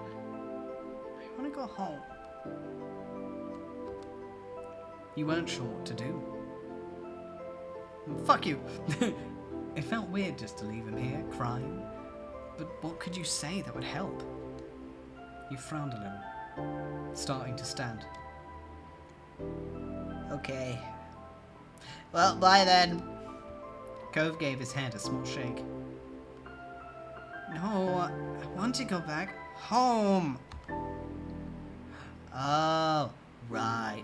Cove wanted to go back to his old home, the one that sat waiting someplace far from here, the one he would bring up whenever he felt this sad. No comment. Yeah, I see you, motherfucker. It had been a while since he'd moved in, but he didn't seem to feel any better about being here. You settled back down into the sand, trying to consider what to do. Do you hate it here? Cove's brows furrowed even more. Then he shook his head.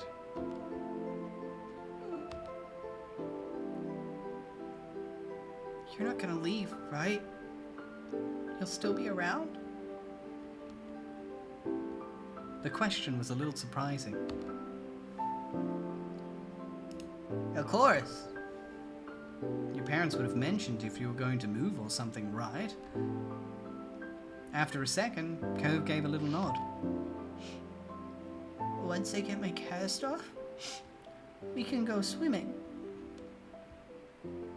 You were fine with him changing the subject again. It'll be too cold by then.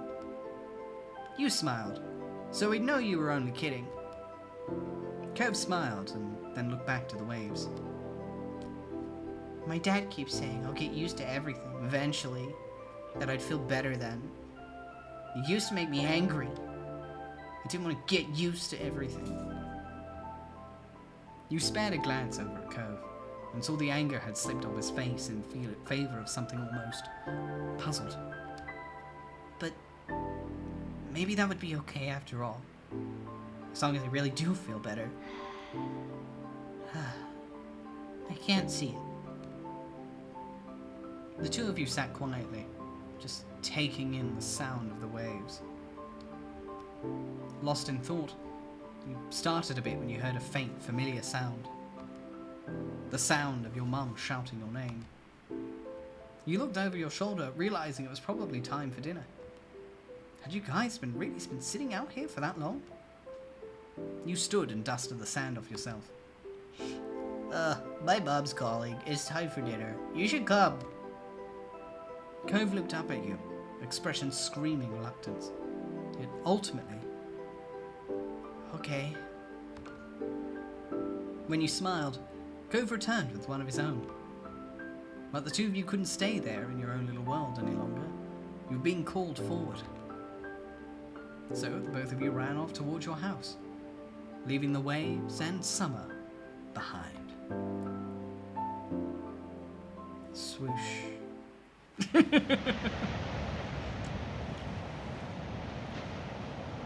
In between. Oh.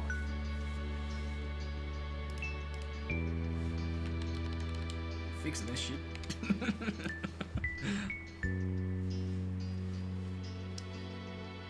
Ah, so we can actually change stuff. All right.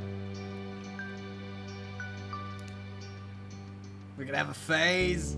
It's teen time. There we go. Yeah, let's do this. Let's go emo. Yeah, it's teen years. All right. All right, there we go. Come on. Where are we?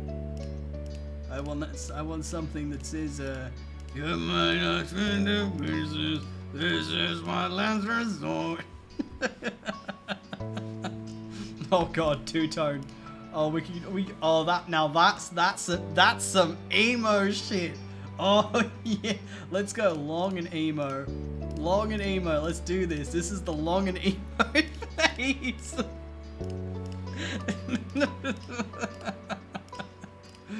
Wait, it's gotta be like straight. There we go. There you go. Suffocation, no breathing. Don't give a fuck if I'm not breathing. It's not a phase, Mom. Don't tell me what to do.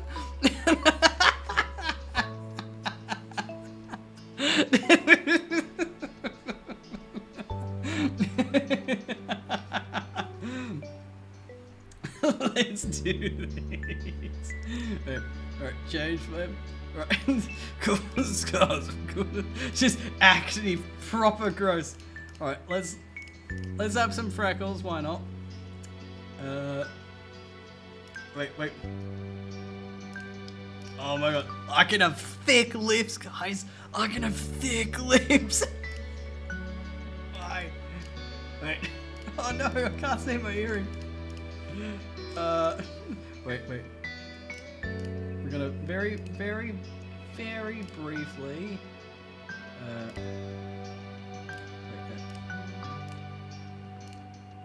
We'll come back to it, just so I can see my earrings. Okay. Alright, what choices we got? I want extra. Give me that jingle jangle fandango crazy shit. Come on. Damn. That is crazy how I'm allowed to get. Oh, that'll do.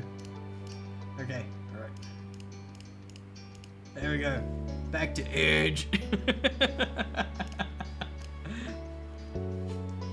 Alright. Oh, braces. Yeah, what? Yeah. Full freckles. This is teenage. This is yeah. And we'll have a leg scar as well. Because we probably fell over at some point. Alright. Done. I tur.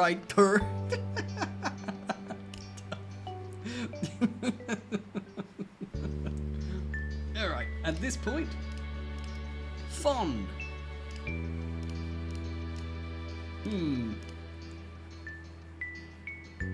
Alright, teenager. Let's go with relaxed and fun. Ooh, being blunt is kind of fun. Alright, definitely fond. Because I'm going for the clueless route, alright? This man is me, and I am fucking clueless.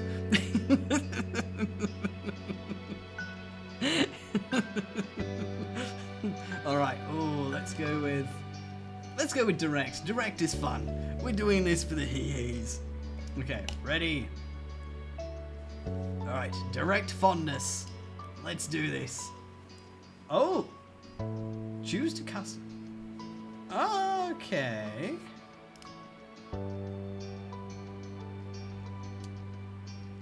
Oh.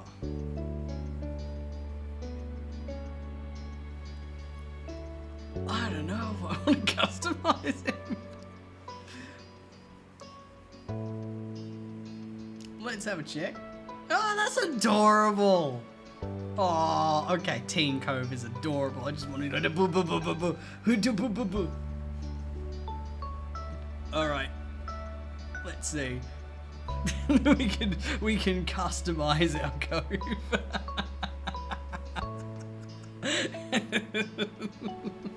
Hi, Debbie. How are you? Welcome, welcome. All right, let's see. Oh my god. I'll be honest. I kind of want to surprise myself. Okay, I love the shag. That's adorable. Oh. All right, we'll go with done. No. Back. Wait, there we go. Done. Wait, no. No, my emo. No, give me back my emo, bitch. Where's my dun? Oh, I lost my email. I need to get my emo back. Come on. There we go. Huzzah. All right, there we go. Dun. Bringing some freaks. Right.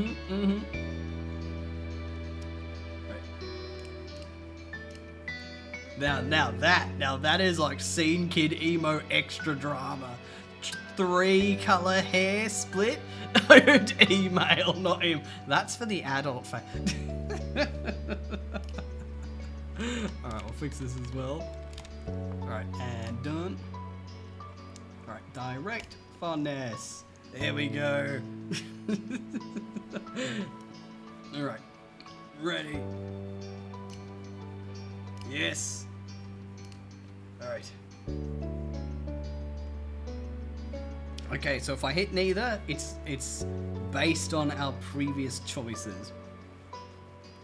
What hair color do you want? Yes. It's not a phase, moms. Let's go with, first I'll save it, and we'll do in the empty slot here. Alright. Neither. Surprise me, damn it. It's more fun. We get to sculpt him with our actions. August ended. September began. It was time to go back to school. Lizzie groaned and complained the entire first week. She hated going to classes. Still, there were interesting things to do that couldn't be done anywhere else. You weren't sure how 𝐄𝐫 felt about it. He was enrolled that year. That was like a sign 𝐄𝐫 would be staying in Sunset Bird for a while. At school he was alright, but kept his distance from the other kids. From what you saw, anyway. Originally, he treated you like everyone else, passing by as if you didn't know each other. But as the years went on, the two of you acknowledged each other more and more. Hi, Angel Doll, can I swan him through you? Thank you for the follow, darling. I truly appreciate it. And welcome to the stream. 15 minutes! And then we'll be pausing this to watch pretty shinies. A friendship had started to grow. That year, the divorce of 𝐄𝐫's parents was finalized. You overheard your parents talking about it, saying 𝐄𝐫's dad got full custody. At first, you worried that meant bad news. It made Mr. Holden cry, apparently. Then you found out it meant 𝐄𝐫 would keep living with his dad. He would only stay with his mom a few weeks of the year. 𝐄𝐫 cried too, for different reasons, you thought. It seemed like 𝐄𝐫 and his dad might move again, but Mr. Holden decided to stay after all. Mum asked him about it once, and he'd said he didn't want to uproot 𝐄𝐫's life a second time. Mr. Holden tried to get 𝐄𝐫 to like Sunset Bird more. He kept encouraging his son to go out and see the place. And sometimes Mr. Holden volunteered you to spend time with 𝐄𝐫. You weren't sure how well it worked in changing 𝐄𝐫's thoughts on the town, yet it might have been part of the reason you and 𝐄𝐫 ended up growing closer. 𝐄𝐫 never talked to anyone about what happened with his parents, and withdrew whenever it was brought up. It was hard for him, yet nobody knew how to help. Eventually, 𝐄𝐫 stopped crying on his own. You couldn't understand what had changed. Still, you worried about him. You could tell he wasn't completely happy. Maybe one day he could say out loud what he felt inside. And after that, it felt like things had gone back to normal. Except what was normal didn't stay the same. Years passed, and suddenly you were in middle school. You weren't a kid anymore. You were 13 years old. That officially made you a teen, even if your sister didn't agree. The toys and crayons that used to litter every free space in your room had been packed away somewhere, replaced by new hobbies. There were other changes too. 𝐄𝐫's cars got taken off. was a little weird to see him without it initially.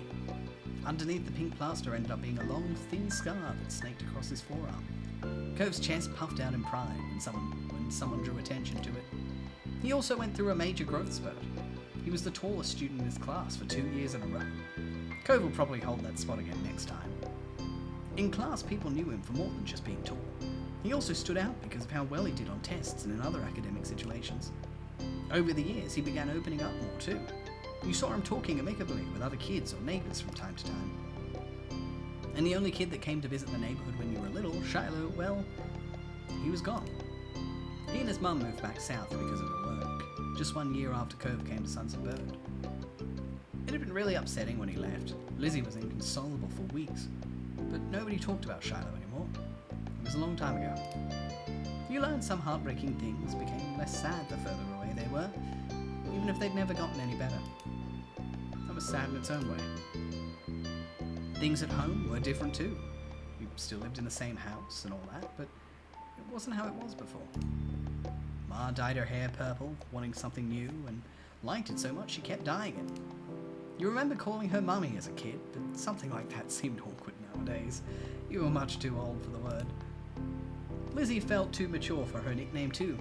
She's insisted on everyone calling her Elizabeth. So you did? Your mum soon gave her permission to go places other than the playground and Stopping Street, which she took advantage of. You rarely saw her around the old neighbourhood. In fact, she hardly spent time with you the way she did before at all. Elizabeth instead associated more and more with girls from school who were her own age. Maybe the difference between 13 and 15 was greater than the difference between 8 and 10. You started befriending new people yourself, like Derek Suarez. He didn't live in the neighbourhood or go to the same school. What happened was his and Cove's dad struck up a business partnership a few months ago, and since then Derek would pop up in the area now and then. It seemed Mr. Suarez was happy to let Derek tag along to his work, if Derek had the time for it. Without a doubt, everyone and everything around you had changed, in small and big ways. You had too. And as time went by, though, it was easy to settle into this new normal. Then, before you knew it, school's over, and summer vacation would come again. It was the first day of summer vacation. The sun was as hot as ever, but you were inside and away from its harsh rays. To be more specific, you were snuggled up in bed, celebrating your time off by sleeping in. It was hot, but you still had the blanket up over your head to block out the sun. You didn't want it intruding on your lazy morning. Shadow erasure for real. I know, now this room is something I can get more behind. It's blue, it's got a computer. The taste has elevated a little bit. Unfortunately, you hadn't prepared for an intrusion. From beneath the blanket, you heard the door creak open. You're still sleeping? Wow, get up. Go away. By the impatient tapping of her foot, you can tell she hadn't left. Get up now. I will come over there. So much for a lazy morning. Mum told me to tell you that your friend's at the door. He brought some happy summer gift from Mr. Holden. Mom wants you to take it from him, say thanks, or whatever. So come down already. Okay, fine. Elizabeth said nothing else and left, having done what was instructed of her. You rolled out of bed, stretching your arms up high and yawning. Time to get ready. You sat yourself in front of the mirror in the far corner of your room. Your reflection hardly even fit in the frame. You're very tall. Should I go with the extremely accurate option?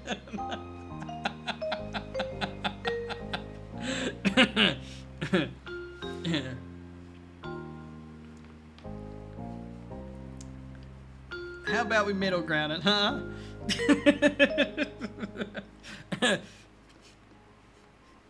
Alright. Alright.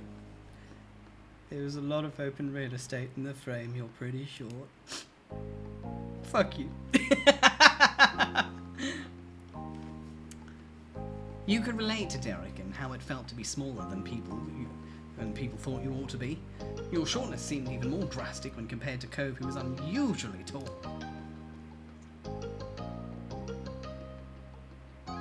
You were kind of self-conscious over it. You couldn't help but feel awkward with the body you had. Then you put the finishing touches on your outfit while ruminating on the situation.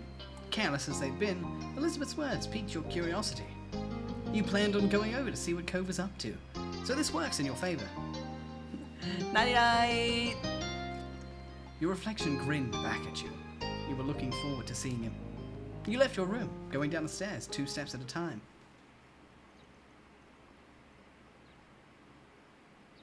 Step 2. Second chance. What we'll do is we will save it here. And let's Right. YouTube. Let's find this live stream. Because then we can get ready. We can watch the fireworks together. I don't want to miss it. It'll be fun. Alright, Sydney Fireworks 2024. Come on.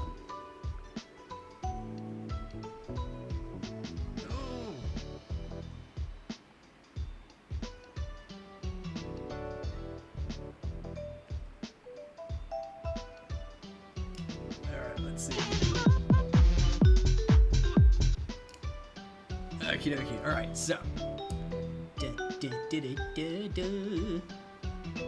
Alright, so let's. Alright, so I'm doing some behind the scenes fandangling. Okay.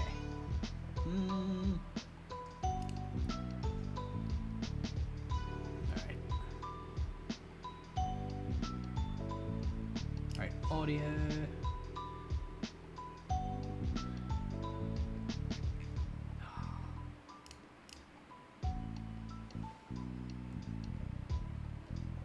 Let's see.